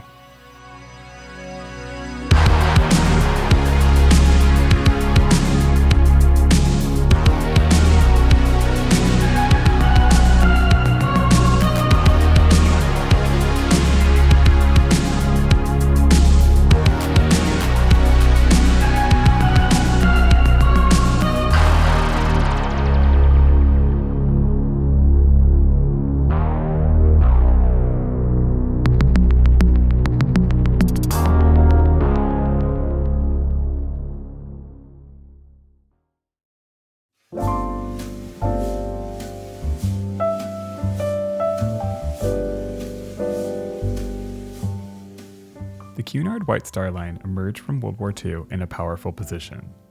RMS Queen Mary and RMS Queen Elizabeth were the two largest and most revered ships in the world. Their biggest competition, the French line's Normandy, was a burned-out hull laying in a scrapyard in New Jersey, and the German and Italian competition was similarly destroyed by the war. With two complementary vessels, the Cunard Line, which dropped White Star from its name at the end of 1949, was able to offer a consistent express service that dominated the market. By the 1950s, the company operated 12 liners that sailed to the United States and Canada.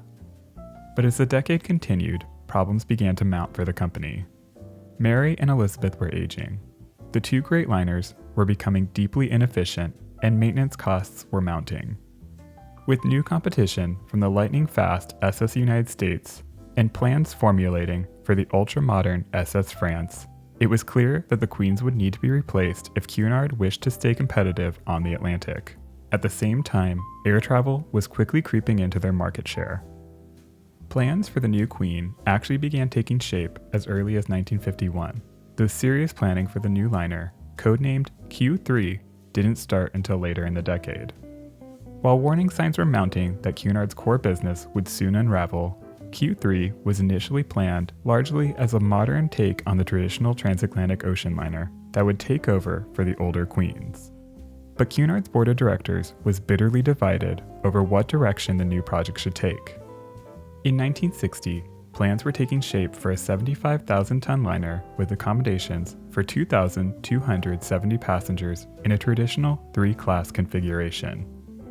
But instead of being built at Clydebank like her two predecessors, Q3 was initially planned to be built at Swan Hunter and Vickers Armstrong. The British government agreed to lend the project £18 million on the condition that the liner provided a traditional three-class express North Atlantic service. The flawed plans for Q3 had a similar exterior appearance to Holland America's Rotterdam, and probably would have been launched around the same time as the Italian lines Michelangelo and Raffaello. These designs lacked many of the touches that made those ships, and even the SS France and SS United States, adaptable to cruising. While the plans for Q3 were technically very advanced for the time, they would have locked Cunard into a ship entirely devoted to the rapidly crumbling transatlantic market, and would likely have yielded a commercial disaster for the company. Fortunately for Cunard, in late 1961, just before building contracts were to be signed, Cunard's directors yielded to concerns from management that the plans were too traditional and put a halt to the project. The considerable changes to the transatlantic market between 1958 and 1961, when more than half of those traveling between Europe and North America were now choosing to travel by air, no doubt helped make this decision. The market dominance Cunard enjoyed for decades was quickly evaporating. It was becoming clear, even to the traditionalists, that in order for the new Queen to have any chance of success, they would need to go back to the drawing board.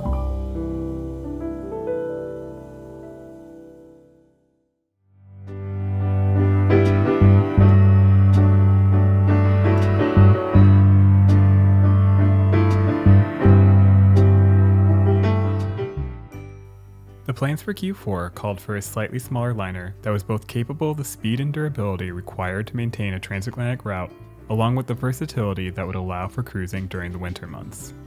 Initially, she would be 58,000 tons, but her size soon crept up as the plans were developed. The design team, led by Cunard's naval architect Dan Wallace, pushed for a two-class configuration, but the majority of Cunard's management continued to feel that a proper transatlantic liner should have three distinct classes. Though they were devoted to tradition, nearly every aspect of the new liner was evaluated and scrutinized to fit the modern era. From the outset, her plans included many features designed to entice the rich, including a full garage accessible through a side hatch. Jets might be a lot faster, but they certainly couldn't compete with the ability to take your car with you. A building contract was finally signed with John Brown of Clydebank on December 20th, 1964, with a price of £25,427,000 and a delivery date of May 1968. Her keel was laid down July 2nd, 1965, and she was designated hull number 736.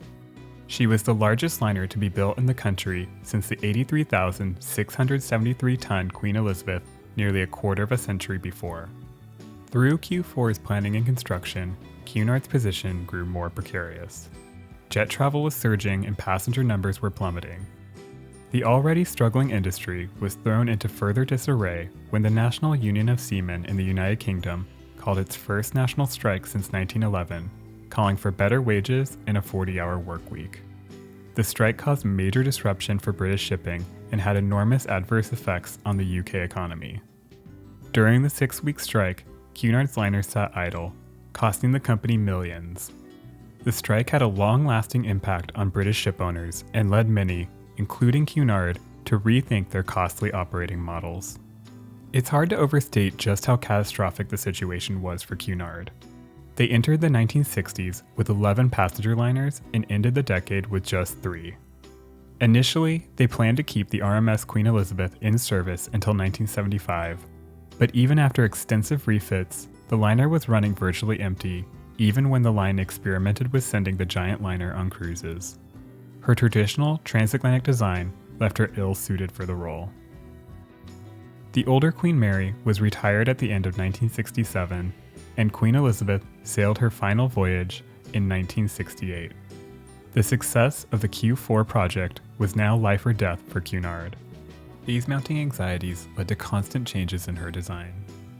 To drum up publicity, it was revealed that the Q4 would be the fastest liner on the Atlantic, though the rapidly diminishing competition made this feat feel a lot less impressive than it would have a few years earlier. Her hull was launched on September 20th, 1967. She was christened by Queen Elizabeth II. Q4's name was kept secret until the moment she was christened. I name this ship Queen Elizabeth II.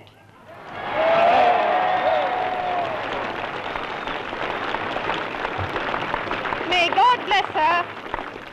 May God bless her and all who sail in her.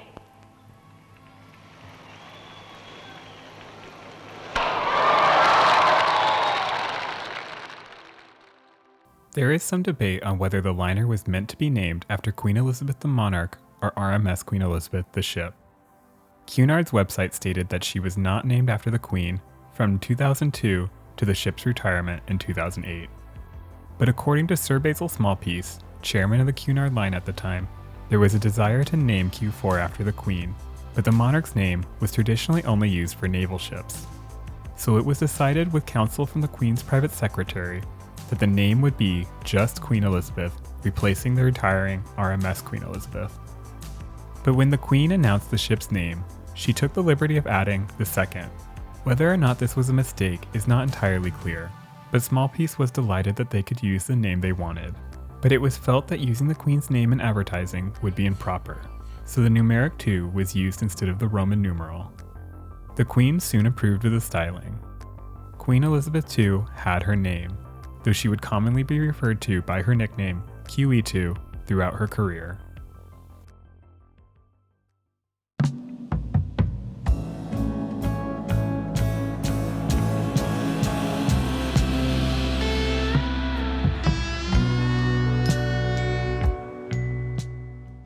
While Queen Elizabeth II was built to maintain tradition, her builders were determined to create an ultra-modern liner. Her interiors and superstructure were designed by James Gardner. He gave her a sweeping yacht-like look and a gorgeous modern interior. But the design choice that made her well-suited for the shifting industry almost didn't happen. From Q3 to Q4, there was a sharp divide over whether she would have a 2-class or 3-class configuration, with many at the company demanding she maintain the traditional 3 classes.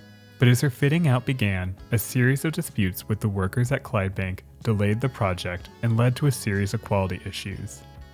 Cunard was forced to transfer the ship to Southampton, where Vosper Thornycroft would finish her fitting out. In the long run, these setbacks would prove fortunate. During this time, the decision was finally made to give the liner a 2-class configuration. This gave her the versatility she needed to compete in the growing cruise market. Another sign that Cunard was looking to distance the QE2 from previous liners was the controversial choice to give her a thin white and black funnel, but they would thankfully return to Cunard Orange in a refit following the Falkland War. Shout out to her many weird-ass funnels. When completed, she would come in at 65,863 tons, though later refits would increase that to 70,327 tons. She measures 963 feet in length with a beam of 105 feet. Her original steam turbines would generate 110,000 horsepower and had a service speed of 28.5 knots, and she could carry 1,820 passengers. Her sea trials began on November 26, 1968, but it was immediately clear that she suffered from vibration issues resulting from design flaws in the blades of her steam turbines. Cunard refused to accept the vessel until the issues were resolved, further delaying her handover until April 18, 1968. Her maiden voyage from Southampton to New York took place on May 2, 1968. Despite coming into service at a difficult time for ocean travel and a series of mechanical issues, the QE2 proved popular with passengers.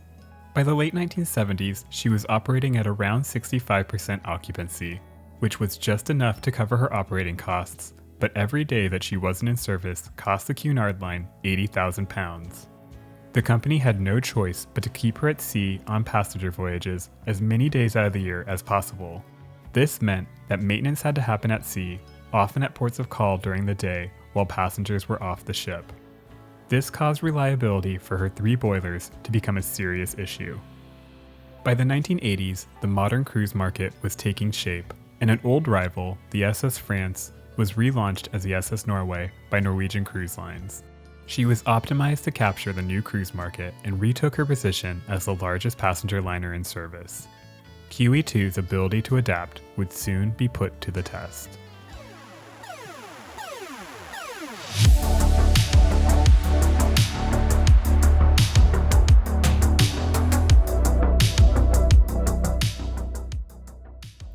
In 1982, a 10-week war broke out between the United Kingdom and Argentina over the Falkland Islands in the South Atlantic.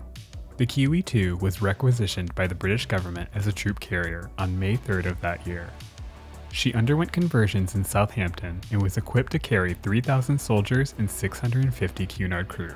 She departed on May 12th with only 1 of her 3 boilers in operation, while her other 2 were brought back into service during the voyage south. Despite the danger, she successfully returned to Southampton on June 11th, greeted by the Queen Mother on board the royal yacht Britannia.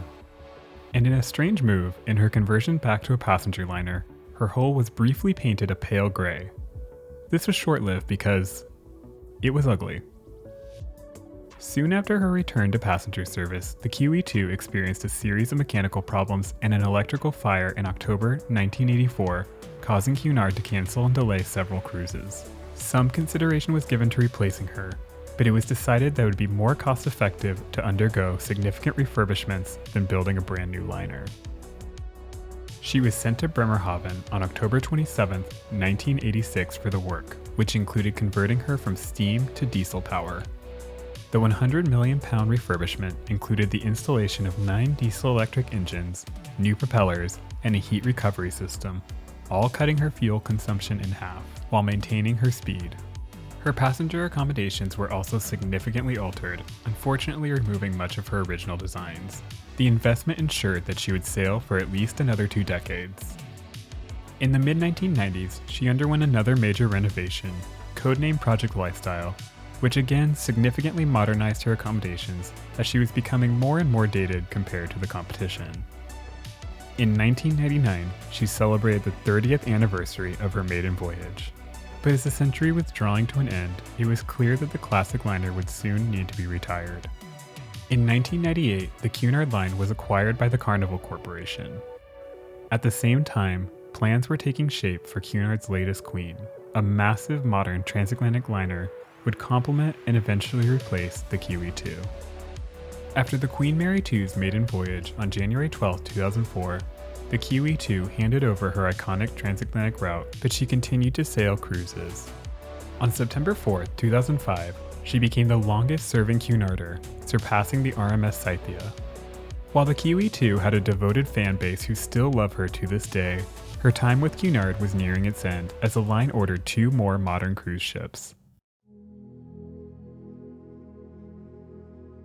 On June 18, 2007, it was announced the QE2 had been purchased by a Dubai-based investment company for $100 million. She departed Southampton for the last time on November 11, 2008 on a farewell voyage. This also meant that QE2's permanent resident, Beatrice Muller, who at age 89 lived on the liner for 14 years, would need to find a new home. She truly lived my dream retirement and went on to spend her final years on other Cunard ships, though she always maintained that QE2 was her favorite. After several years of anxiety that the ship might end up being sent to scrap and campaigns to bring her back to the UK, her new owners opened her as a luxury hotel in Dubai, where she can still be visited today. The QE2 is a survivor. She lasted from the late 1960s through to the 21st century, when, unfortunately, time finally caught up to her. Ships are a window into a moment in time, and no matter how hard Cunard tried to make QE2 a ship of the future almost immediately caught up with her, but somehow she sailed on. She stubbornly carried tradition into the modern era, and she is the reason we can still book a transatlantic passage on a Cunard liner today. Against all the odds, she managed to survive, and people love her for it. She's truly a special liner that has earned her place in history.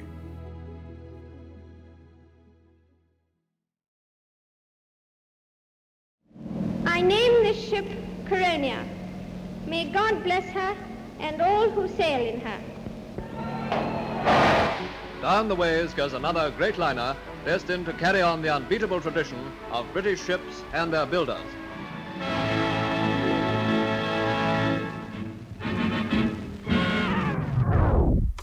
More than 700 feet long, the Caronia has the lines and beauty of a yacht.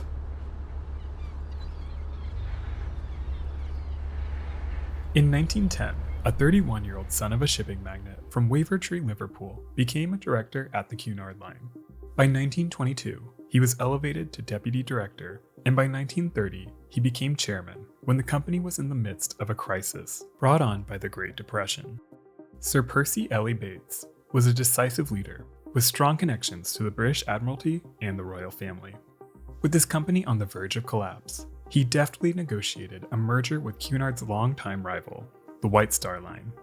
He leveraged his connections to ensure that Cunard would remain on top, with 2/3 control of the newly formed Cunard White Star Line. With Cunard's greatest rival out of the way, Bates now had the resources he needed to bring his vision to reality. A pair of great superliners, larger than any other ship in the world and fast enough to operate a weekly transatlantic service with just 2 ships. A master of communications, Bates knew that the race to attain and hold the blue ribbon would earn headlines for years. He would build on Cunard's relationship with the royal family by naming these premier liners after the royals, starting with the Queen of the United Kingdom at the time, Mary of Teck. This also further tied the company with British identity at a time when nationalism was at an all-time high. The RMS Queen Mary was launched on September 26, 1934, and construction soon began on her running mate, the RMS Queen Elizabeth. Both ships would earn the company massive profits, and they would prove vital assets to the Allies during World War II, which would claim the life of Bates's only child, Edward Percy, who was killed in Germany in 1945 while serving as a pilot officer in the Royal Air Force. Despite personal tragedy, Sir Percy Bates always kept an eye on the future, and seeing trouble for his industry brewing just after the war, he began looking for a long-term solution. In the 1930s, both Cunard and the White Star Line experimented with offering cruises on some of their second-tier ships. Even when operating these voyages in tropical ports using ships designed primarily for the North Atlantic, pleasure cruising showed promise. Bates recognized that advancements in aeronautics made during the war would eventually revolutionize civilian transportation. Decisive action was needed if the company was going to stay ahead through the second half of the 20th century. As the war came to an end, Bates initiated the company's first post-war building project. He envisioned a great dual-purpose liner. She would be fast and powerful enough to supplement the company's premier transatlantic routes, but from the keel up, every aspect of her design would be tailored to cruising. Bates recognized what the future held for his company, and he was ready to act decisively to maintain Cunard's dominance, even if the transatlantic passenger trade turned to the sky. But then, on October 14, 1946, with the keel of his visionary new liner having only been laid a few months prior, Sir Percy Bates suffered a massive heart attack in his office. He died 2 days later at the age of 67, leaving the Cunard line without the vision and leadership that had shepherded the company through its greatest challenges as an existential threat loomed on the horizon.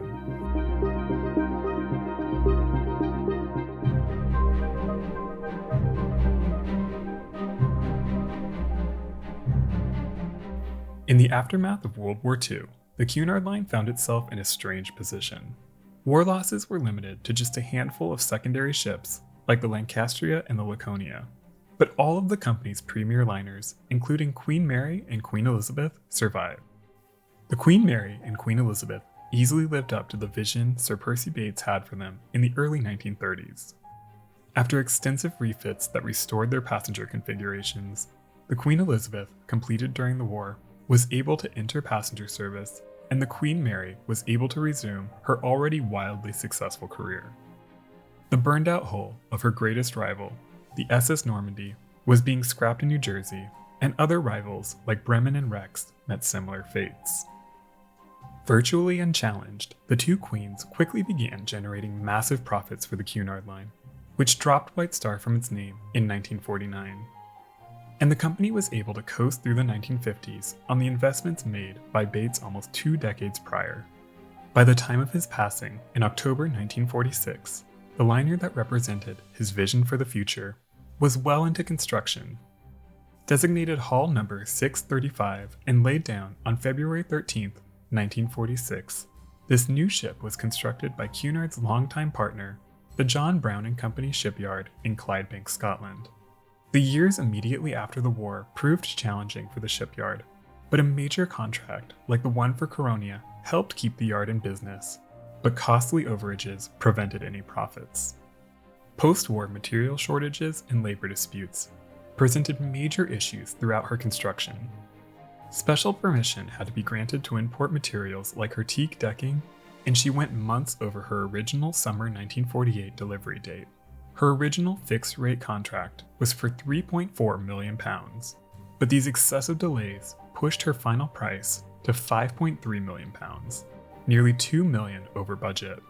Now led by Sir Percy Bates's brother, Frederick Bates, Cunard's leadership was horrified by the ballooning costs, but most remained confident in the project, recalling the enormous debt incurred by the company while recovering their fleet losses after World War I, debt that was easily repaid in the 1920s. Now in an even stronger position, it seemed inevitable that the company would easily recoup the losses, and Caronia would quickly build a loyal following. Her design language echoed Cunard's Queens and the second Mauretania, built just before the war, but her hull took on a more yacht-like appearance, with a dramatic clipper bow and a massive single funnel, the largest ever installed on a liner at that time. She was painted in 4 different shades of green, a color that made her instantly recognizable and helped keep her interiors cool in tropical destinations. She quickly earned the nickname, the Green Goddess. As built, she came in at 34,183 tons, with a length of 715 feet or 218 meters, and a beam of just over 91 feet or 28 meters. She had twin screws powered by geared turbines that generated 35,000 shaft horsepower, achieving a 22-knot service speed. Cunard's close relationship with the royal family was as strong as ever after World War II, and Caronia was the largest passenger ship launched since the war. To mark the occasion, Princess Elizabeth was invited to christen the new liner in her last public appearance before her marriage 3 weeks later to Lieutenant Philip Mountbatten. The future queen launched Caronia in a massive ceremony on October 30th, 1947. Over the next year, she was outfitted with interiors fit for the wealthy passengers she would soon carry all over the world. Out in the open sea, the great ship becomes a world apart. A smooth-sailing, air-conditioned world.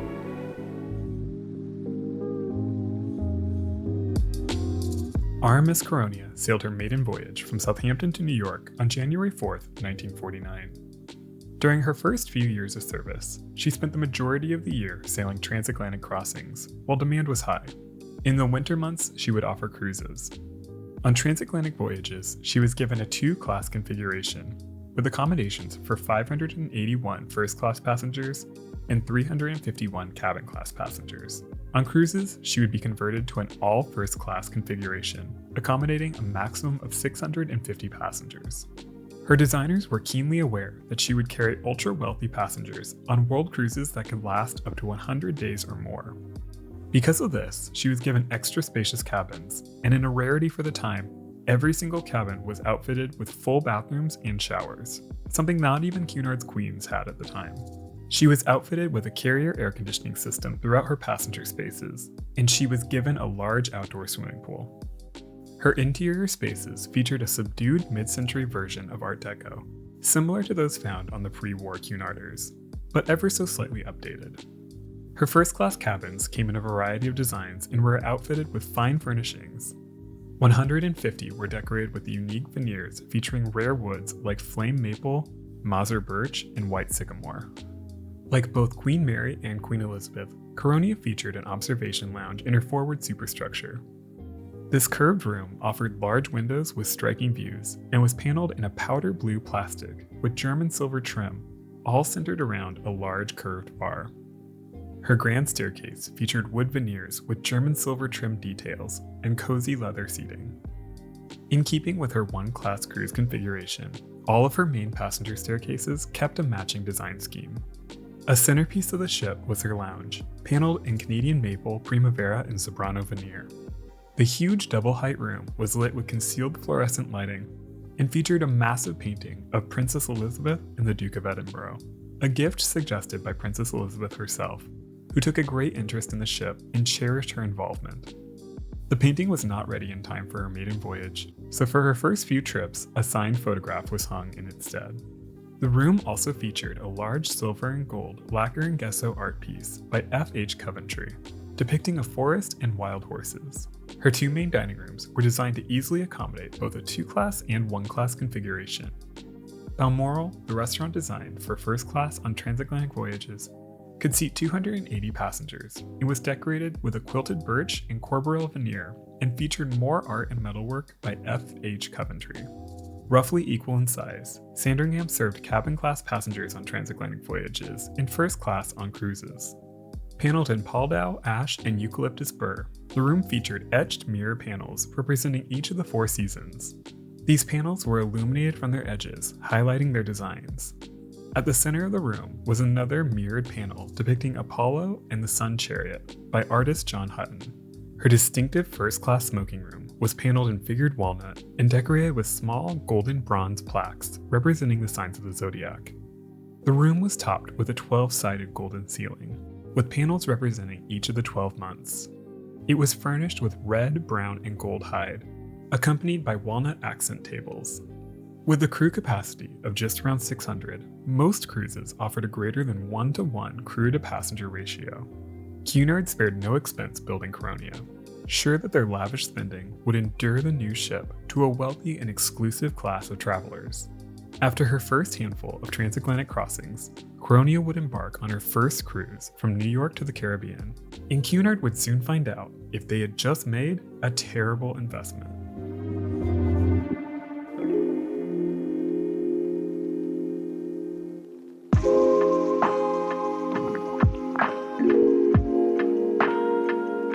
RMS Caronia was ahead of her time in almost every way, and the traveling public immediately took notice. She was instantly one of Cunard's most popular liners. In her early years, when demand was highest, she spent most of the year operating transatlantic voyages and operated cruises only in the winter. She sailed her first world cruise in 1951. The voyage was a hit, and by 1952, her schedule was almost entirely devoted to cruises, only sailing a handful of transatlantic crossings in August and September. She typically started each year with a 3-month-long world cruise originating from New York. Some cruises would last even longer, going 100 days or more. In 1953, Caronia celebrated Queen Elizabeth's coronation with what was dubbed the Coronation Cruise, one of her most well-known and memorable voyages. Cunard was known to rotate crew amongst their liners somewhat frequently during this period, and only the best were selected to serve on Caronia. Positions on the ship were highly sought after. Her cruises offered a calmer and more refined atmosphere than the schedule-driven slog on the transatlantic liners. Caronia visited ports all over the world, many of which were a first for a Cunard liner, and it offered crew a unique opportunity to see the world. Plus, vacationing millionaires were fairly generous with their tips. While she was a pleasure to work on, she proved tricky to maneuver, especially in high winds, which would catch her massive funnel. She was surprisingly significantly less agile than the Queens, which were both more than double her size. In 1952, she ran aground in the Suez Canal. Then, in 1956, she did the same thing in Messina. Both times resulted in minimal damage, and she was refloated the next day. But her most serious accident occurred on a world cruise in 1958, when she was leaving the harbor of Yokohama. As she maneuvered around a US Navy vessel, she was caught in high winds that sent the liner into the harbor's breakwater, significantly damaging her bow and demolishing a harbor lighthouse. Caronia stopped sailing regularly scheduled transatlantic voyages in 1959 when, say it with me, air travel rapidly became the preferred way to cross the Atlantic. Her schedule was now devoted to cruising throughout the year as Cunard faced a steep drop in passenger numbers. As the 1960s progressed, the highly profitable company was now bleeding money. Caronia was one of the only profitable ships still operating in their fleet. But like so much else, the 1960s made the once glamorous Caronia feel dated as other companies launched new ships with numerous innovations geared toward the cruise market. Cunard desperately made a series of updates to other liners like the Mauretania II, Franconia, Carmania, and the Queen Elizabeth in an attempt to offer more cruises and match the success of Caronia, but these had only mixed results.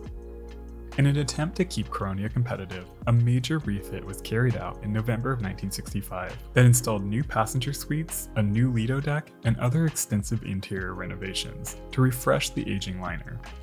But the seamen's strike of 1966 in Britain hit the company hard and upset many of Caronia's planned itineraries. 1967 was the first year Caronia failed to generate a profit.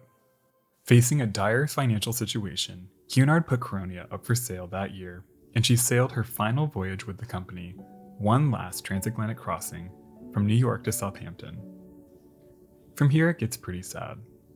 In 1968, she was sold to a company called Star Shipping. By this point, maintenance had lagged. Her new owners carried out some work and renamed her the SS Columbia and then the Caribia. She was given an all-white paint scheme and sent to New York in 1969, where she would offer budget cruises to the Caribbean. She suffered a number of mechanical failures, and on only her second cruise, an engine room explosion killed one crew member and severely scalded another. The ship lost all power for 20 hours before finally limping back to New York. This would prove to be her final commercial voyage. Over the next 5 years, plans for a revival came and went, until finally her owners threw in the towel and sold her for scrapping at a breaker in Taiwan in 1974.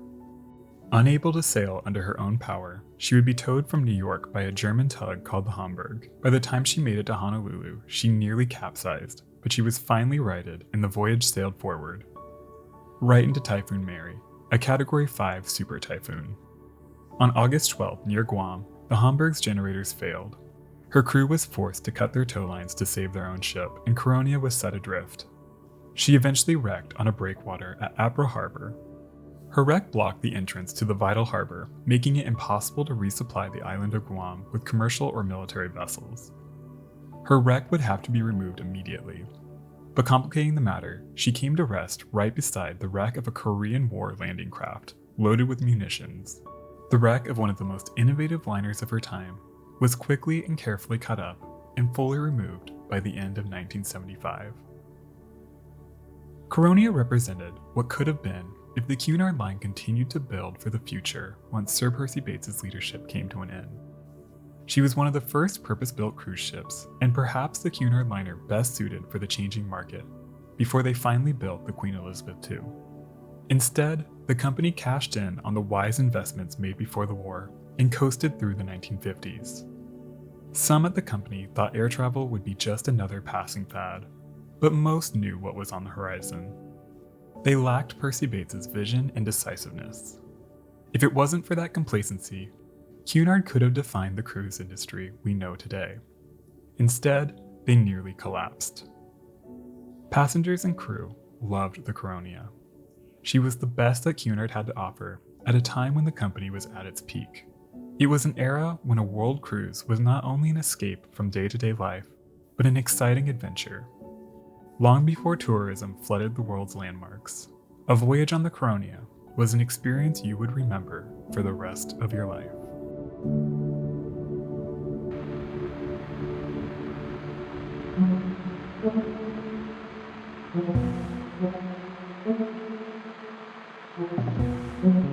On the evening of March 20th, 1940, while thunderstorms rumbled over New York City, RMS Mauretania II quietly slipped her moorings and headed down the Hudson.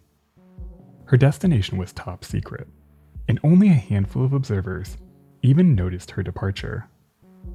For months, the Cunard White Star Line's greatest liners, including the Queen Mary, the brand new Queen Elizabeth, and the second RMS Mauretania, sheltered in New York Harbor while war raged in Europe, waiting for an opportunity to escape the U-boat-infested North Atlantic and assume their inevitable wartime roles.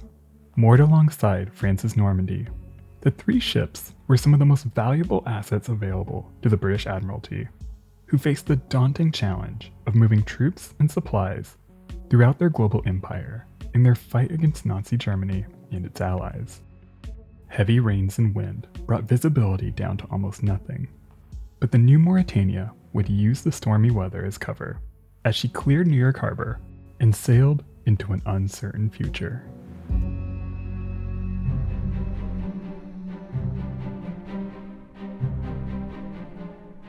By September 26, 1934, as the hull of RMS Queen Mary glided down her slipway into the River Clyde, Sir Percy Bates, the chairman of the Cunard White Star Line, had already begun planning the future fleet of his newly merged company.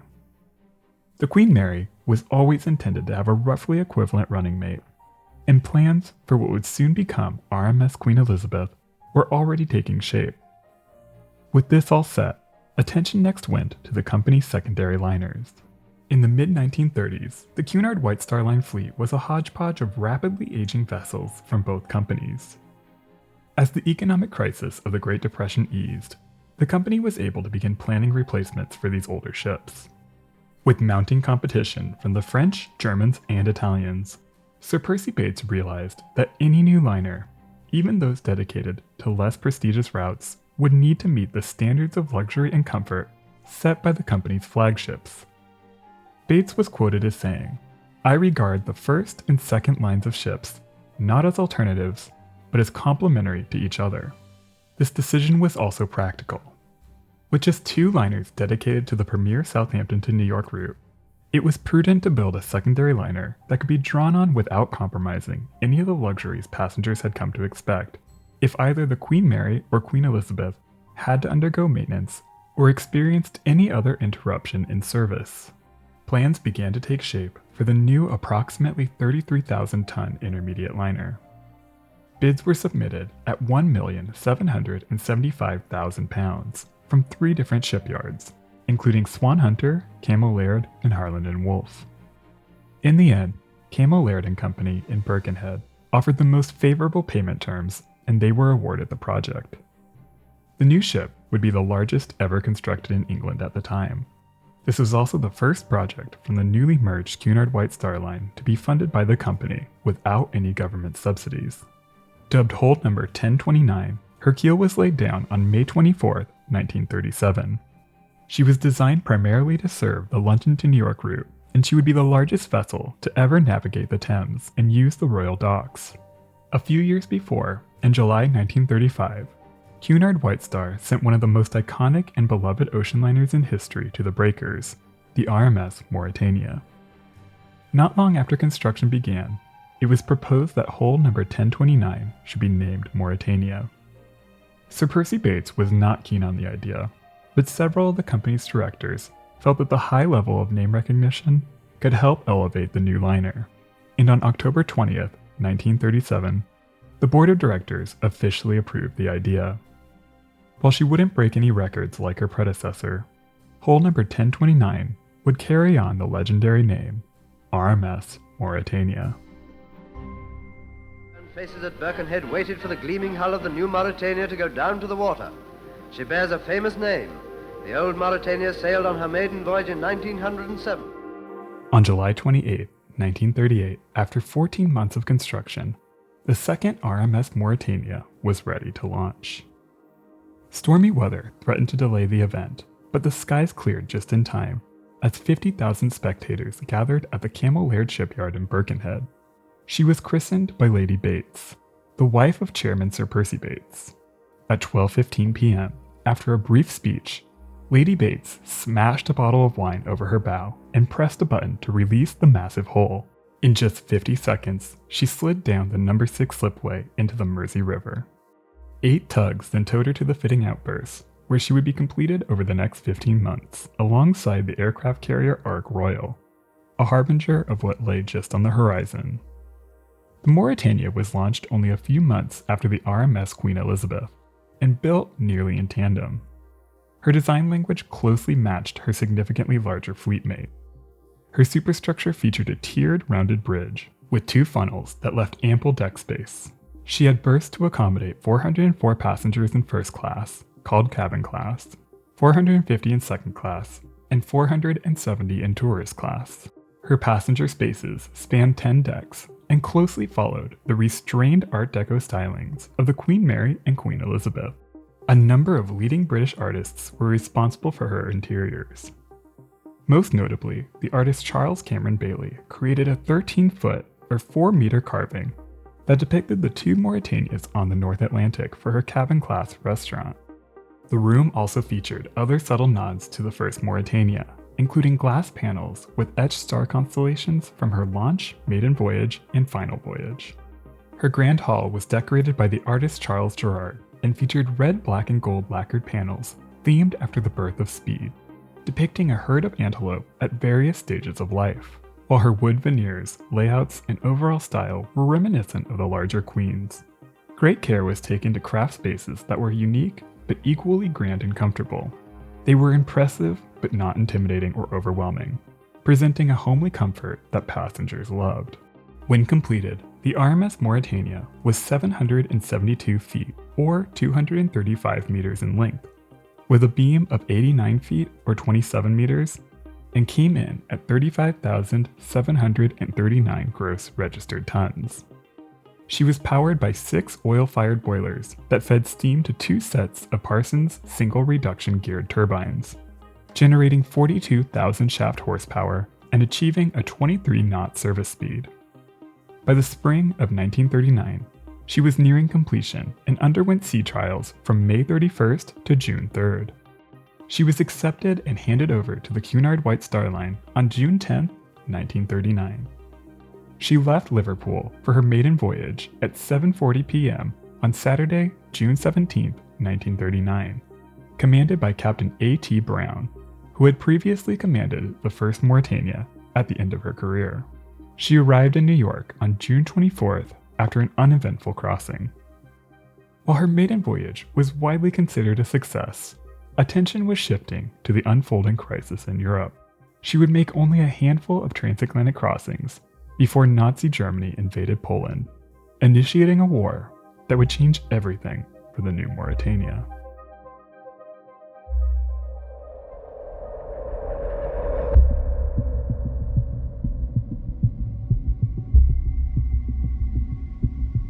The Mauretania left New York bound for London on Saturday, August 26, 1939. 5 days into the voyage, she received an urgent message from the Cunard White Star Line, ordering her to proceed to Southampton at all haste, where the voyage will terminate. Just 1 day later, Germany invaded Poland, and on September 3rd, Britain declared war on Nazi Germany. Soon after arriving in Southampton, the ship was painted a dull battleship gray, and her portholes were blacked out. She was armed with 2 3-inch anti-aircraft guns and 1 6-inch gun installed on her aft deck.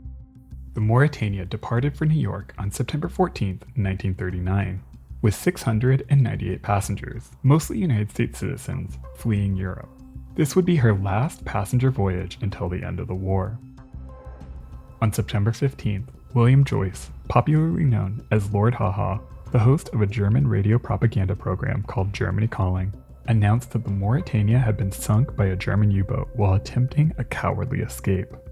Germany Calling was surprisingly popular among the British public, with 6 million regular listeners and up to 18 million occasional listeners at the height of its popularity. While listeners knew that the program was Nazi propaganda, many listened to hear what the other side was saying. They also found Lord Haw-Haw an engaging and entertaining host. Until 1942, the program would include readings of the news. This would mix real news with made-up or exaggerated reports designed to create unrest. Listeners never quite knew when the reports were accurate, especially in the early days of the broadcast, and the news that the Mauretania had been sunk raised a great deal of alarm until the reports were quickly debunked by the BBC.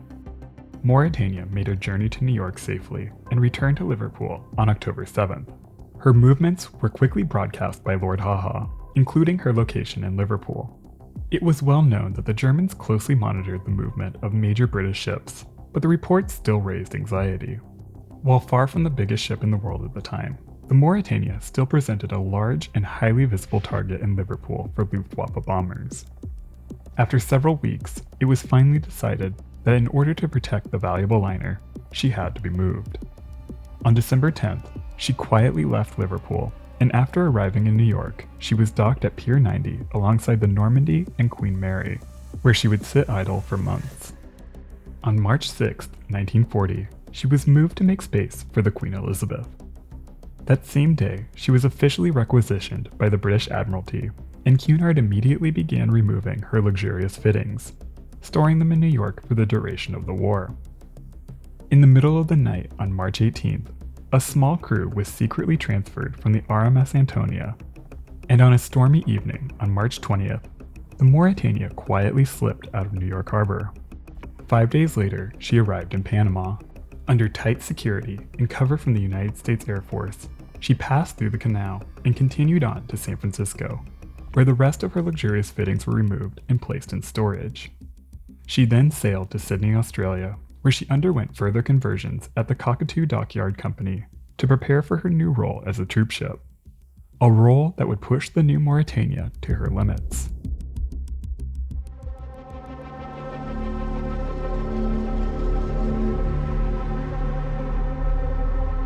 By May 1940, Mauretania was ready to begin her service as a troop transport. Her first voyage left Sydney on May 5th with 2,184 Australian soldiers. She picked up additional men in Fremantle and 48 Red Cross nurses in Cape Town before joining a convoy bound for Greenock, Scotland. The convoy sailed at 19 knots, well below the speed Mauretania was capable of reaching. When the voyage was completed on June 22nd, Mauretania's captain requested an urgent meeting with the Ministry of Shipping, where he expressed concern that the slower convoy made the Mauretania vulnerable to submarine attacks. He requested that his ship be included in faster convoys going forward. At first, this request was denied, but by spring 1941, it was accepted. In April 1941, she was included in Convoy US-10, one of the largest troop transport convoys ever assembled. Leaving from Sydney, Australia, several of the world's largest liners, including the Queen Mary, Queen Elizabeth, Ile-de-France, New Amsterdam, Aquitania, and the Empress of Britain. The convoy traveled at 26 knots. While the speed pushed Mauretania to her limits, she performed beautifully. She carried 4,400 New Zealand troops.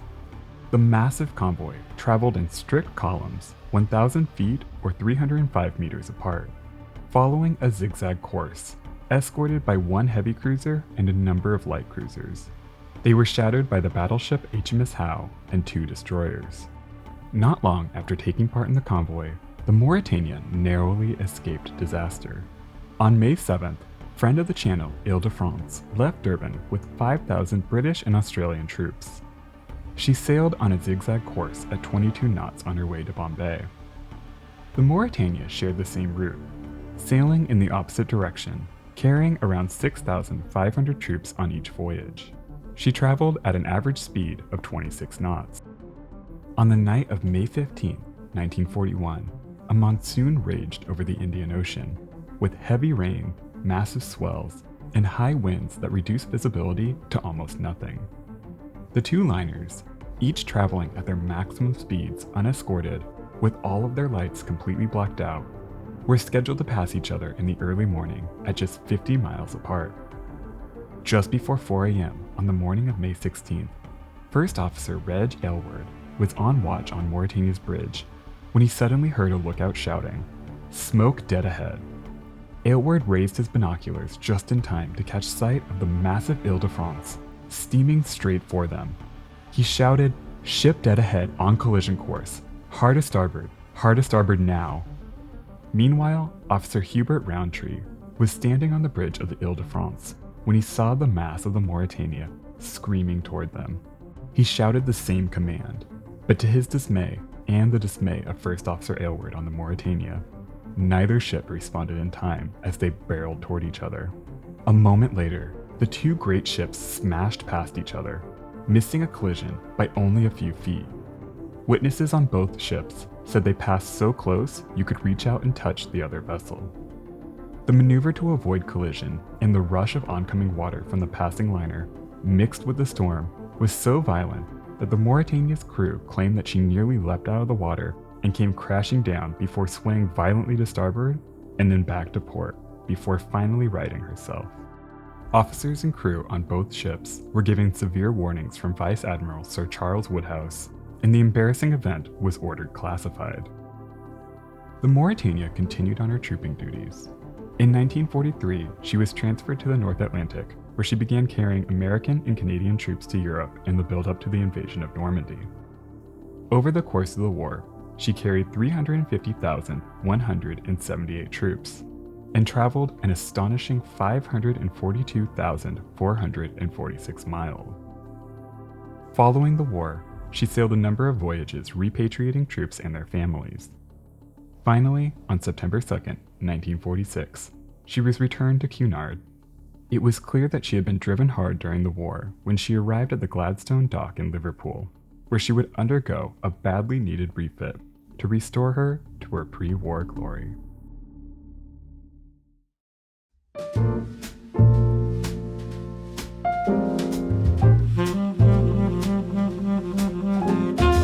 Over the course of 7 months, RMS Mauretania was extensively refurbished at a cost of £1 million.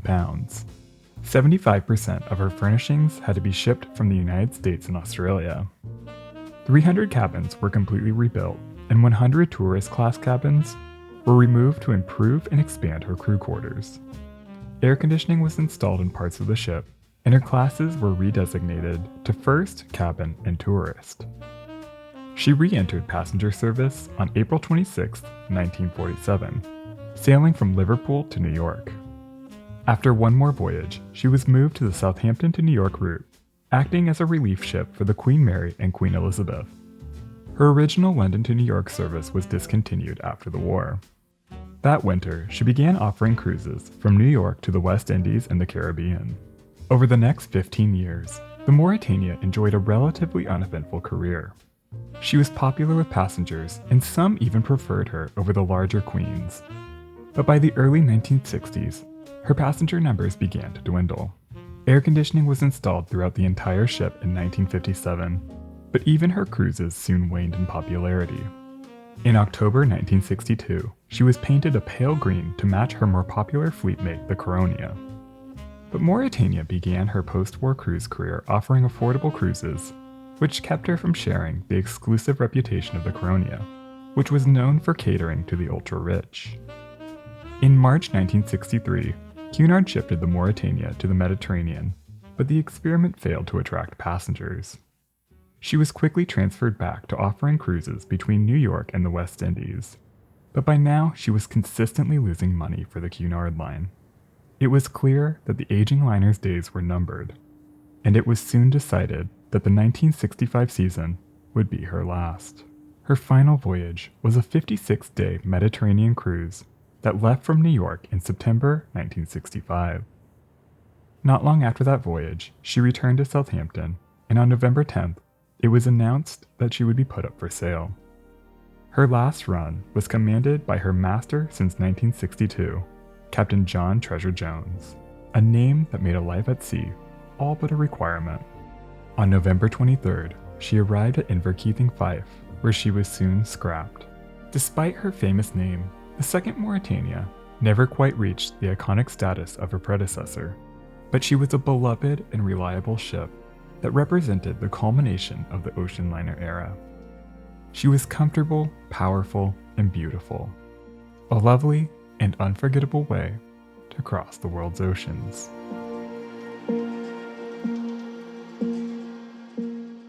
Queen Mary today is a ghost ship. Well, the famed Queen Mary is in trouble. Many people believe that this cruise ship is haunted. This is 10 times scarier than the Stanley Hotel to me.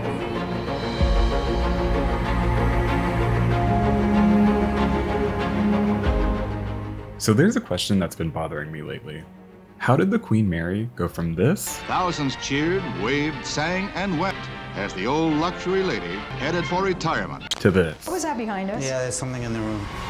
What was that? Is any of the crew back there? A marine survey found the ship needed more than $300 million in estimated total repair. Oh my God. Queen Mary prepares to say farewell to England forever.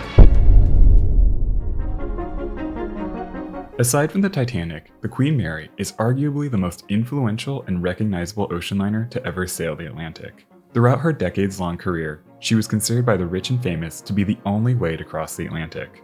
And when she reached the end of her celebrated life with Cunard, something unheard of happened. She was saved. But the grandeur of her former life is long gone, and her future is very much in doubt. So, how did we get here?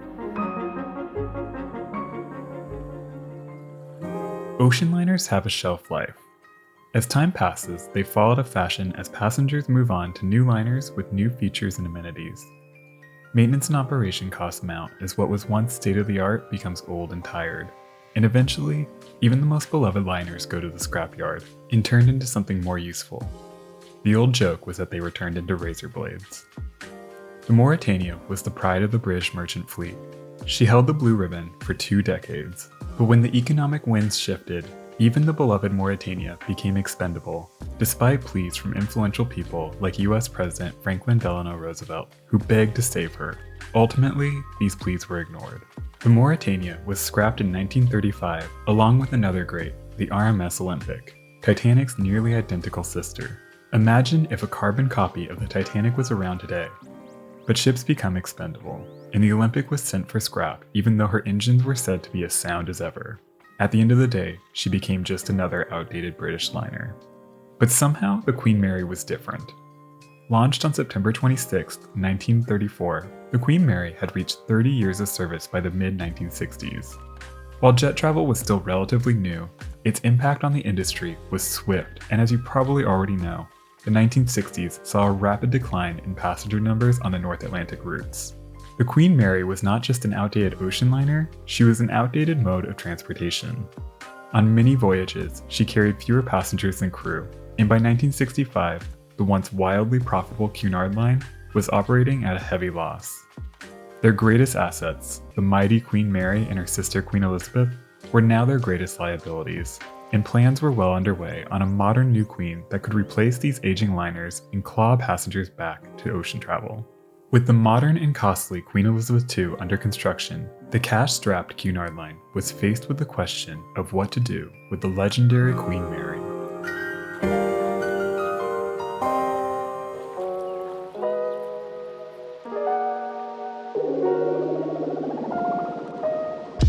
The Long Beach Battalion of the Grenadier Guards arrives for the changing of the guard. In April 1966, the Cunard line announced that they would soon retire the Queen Mary. Several scrapyards submitted offers to purchase the liner, but the winning bid came from a surprising place, Long Beach, California. Cunard was happy to save the beloved liner from the scrapyard, but they were also pleased that it happened to be the highest bid. Money was the motivating factor, not preservation. That was just a happy bonus. The Queen Mary sailed her last transatlantic voyage on September 27, 1967. Over the course of her long career, she carried over 2,112,000 passengers and traveled an astonishing 3,792,227 miles. On October 31, 1967, she left Southampton for the long voyage to her new home in Long Beach. where she would undergo extensive renovations to convert her into a floating hotel and museum. Almost everything below her sea deck was removed, including her boiler rooms, forward engine rooms, turbo generator rooms, stabilizers, and her water softening plant. Only her aft engine room and shaft alley were preserved for the museum. Her funnels were removed to complete these renovations, and it was quickly discovered that they were so decayed that they had to be scrapped and replaced. The majority of her first-class staterooms would be converted into hotel rooms, and her lounges and dining rooms became banquet spaces. Many public rooms, such as her drawing room, library, and music studio, were all stripped and turned into retail spaces. None of her tourist class, second class, or crew cabins were preserved. Clearly the changes were extensive, and much of the liner's original fittings were lost forever. The ship was opened for tours on May 8, 1971. While the ship was owned by the city of Long Beach, her museum, restaurants, and hotel functions were contracted out and operated by 3 separate companies. Her 400,000 square foot museum space was occupied by the Jacques Cousteau's Museum of the Sea, which opened its doors to the public on December 11, 1971, with only a quarter of its planned exhibits ready on opening day. The Living Sea Museum was never popular with guests, and for some reason they had a hard time keeping the fish alive. The attraction would soon close only a few years into operation. Pacific Southwest Airlines would operate her hotel functions. Her first 150 rooms were opened for booking on November 2, 1972, and would expand to her full 400-room capacity over the next 2 years. In 1974, her hotel functions were taken over by Hyatt Hotels, who would operate the facilities until 1980. And her restaurants were operated by the Los Angeles-based Specialty Restaurants, a company that operated a number of themed restaurants in Southern California. While the Queen Mary initially attracted a large number of guests eager to see the historic liner, interest quickly waned, and by the late 1970s, the attraction was losing millions every year. Splitting operations among 3 operators was proving unsustainable, and it was decided that a single operator with more experience would be needed. Luckily, Jack Rather, a local millionaire who owned several properties, including the Disneyland Hotel, soon entered the picture. He loved the historic liner that he and his wife, Bonita, sailed on many times. The two had fond memories of the ship, and they were eager to save her. The Rather Company signed a 66-year lease and took over operations of the full property. They soon brought in Howard Hughes' Spruce Goose, housed in an impressive geodesic dome, and made other improvements to the property. These efforts paid off, and the Queen Mary appeared to be on the path to financial stability. But then, in 1984, Jack Rather died. The Rather Company continued to operate the Queen Mary until 1988, when the company was purchased by the Walt Disney Company, eager to finally own Rather's Disneyland Hotel. While the Queen Mary was never marketed as a Disney attraction, the powerful entertainment company assumed operations, and they would soon unveil an ambitious plan for the historic ocean liner and the surrounding area.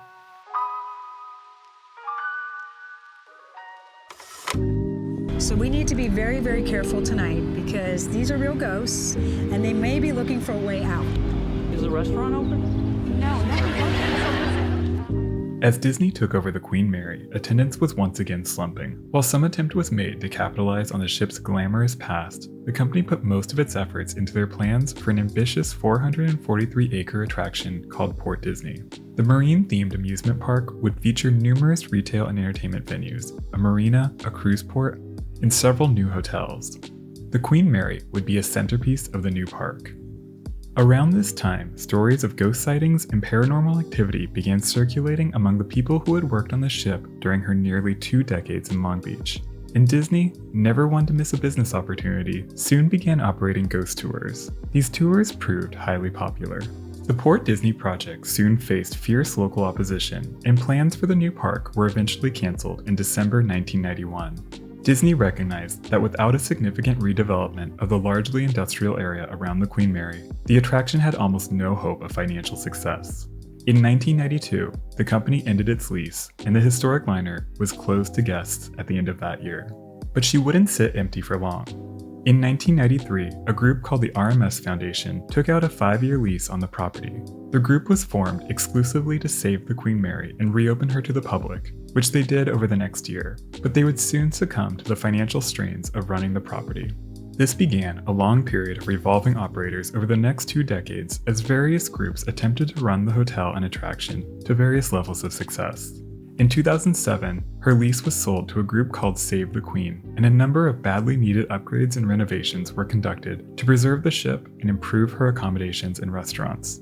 By now, the Queen Mary's reputation as a haunted destination was garnering national attention. She was featured in Time magazine's 10 Most Haunted Places, and she began appearing on several television specials on ghosts and the paranormal. In 2016, a real estate company called Urban Commons bought her lease and assumed operations.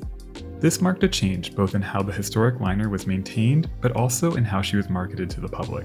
The company had an ambitious plan to transform the surrounding area into an extensive entertainment and retail complex, and they began raising the funds necessary to finance the project. These plans seemed promising, but then in 2017, a scathing report was issued on the condition of the ship. It was found that she was deteriorating at an alarming rate. Her hull was in terrible shape, and her engine room spaces were at significant risk of flooding. Neglect throughout the rest of the ship was also cited. The engineer who conducted the assessment said that she was in the worst condition he had ever seen in his 25 years of experience, and without a significant intervention, the ship would soon become unsalvageable. The report concluded that it would take an estimated $300 million to properly repair and restore the ship.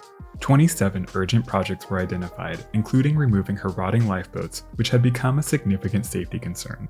The city of Long Beach gave Urban Commons $23 million to fund the repairs, and in 2019, they warned the company that it was failing to uphold its obligation to maintain and repair the ship, and they threatened to put their 66-year lease in default. In response, the company released an updated repair plan with $5 to $7 million allocated toward addressing the most critical issues. Throughout all of this, the Queen Mary was now being heavily marketed as a haunted destination.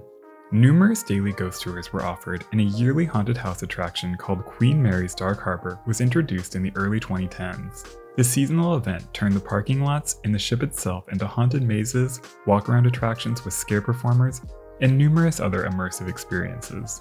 The supposedly haunted stateroom B340 was open for booking, and its supposed grisly past was heavily promoted.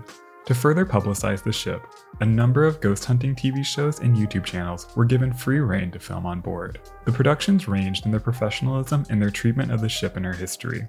In 2018 and 2019, the Queen Mary quickly became a YouTube trend, with almost every channel with any kind of paranormal focus filming videos all over the ship.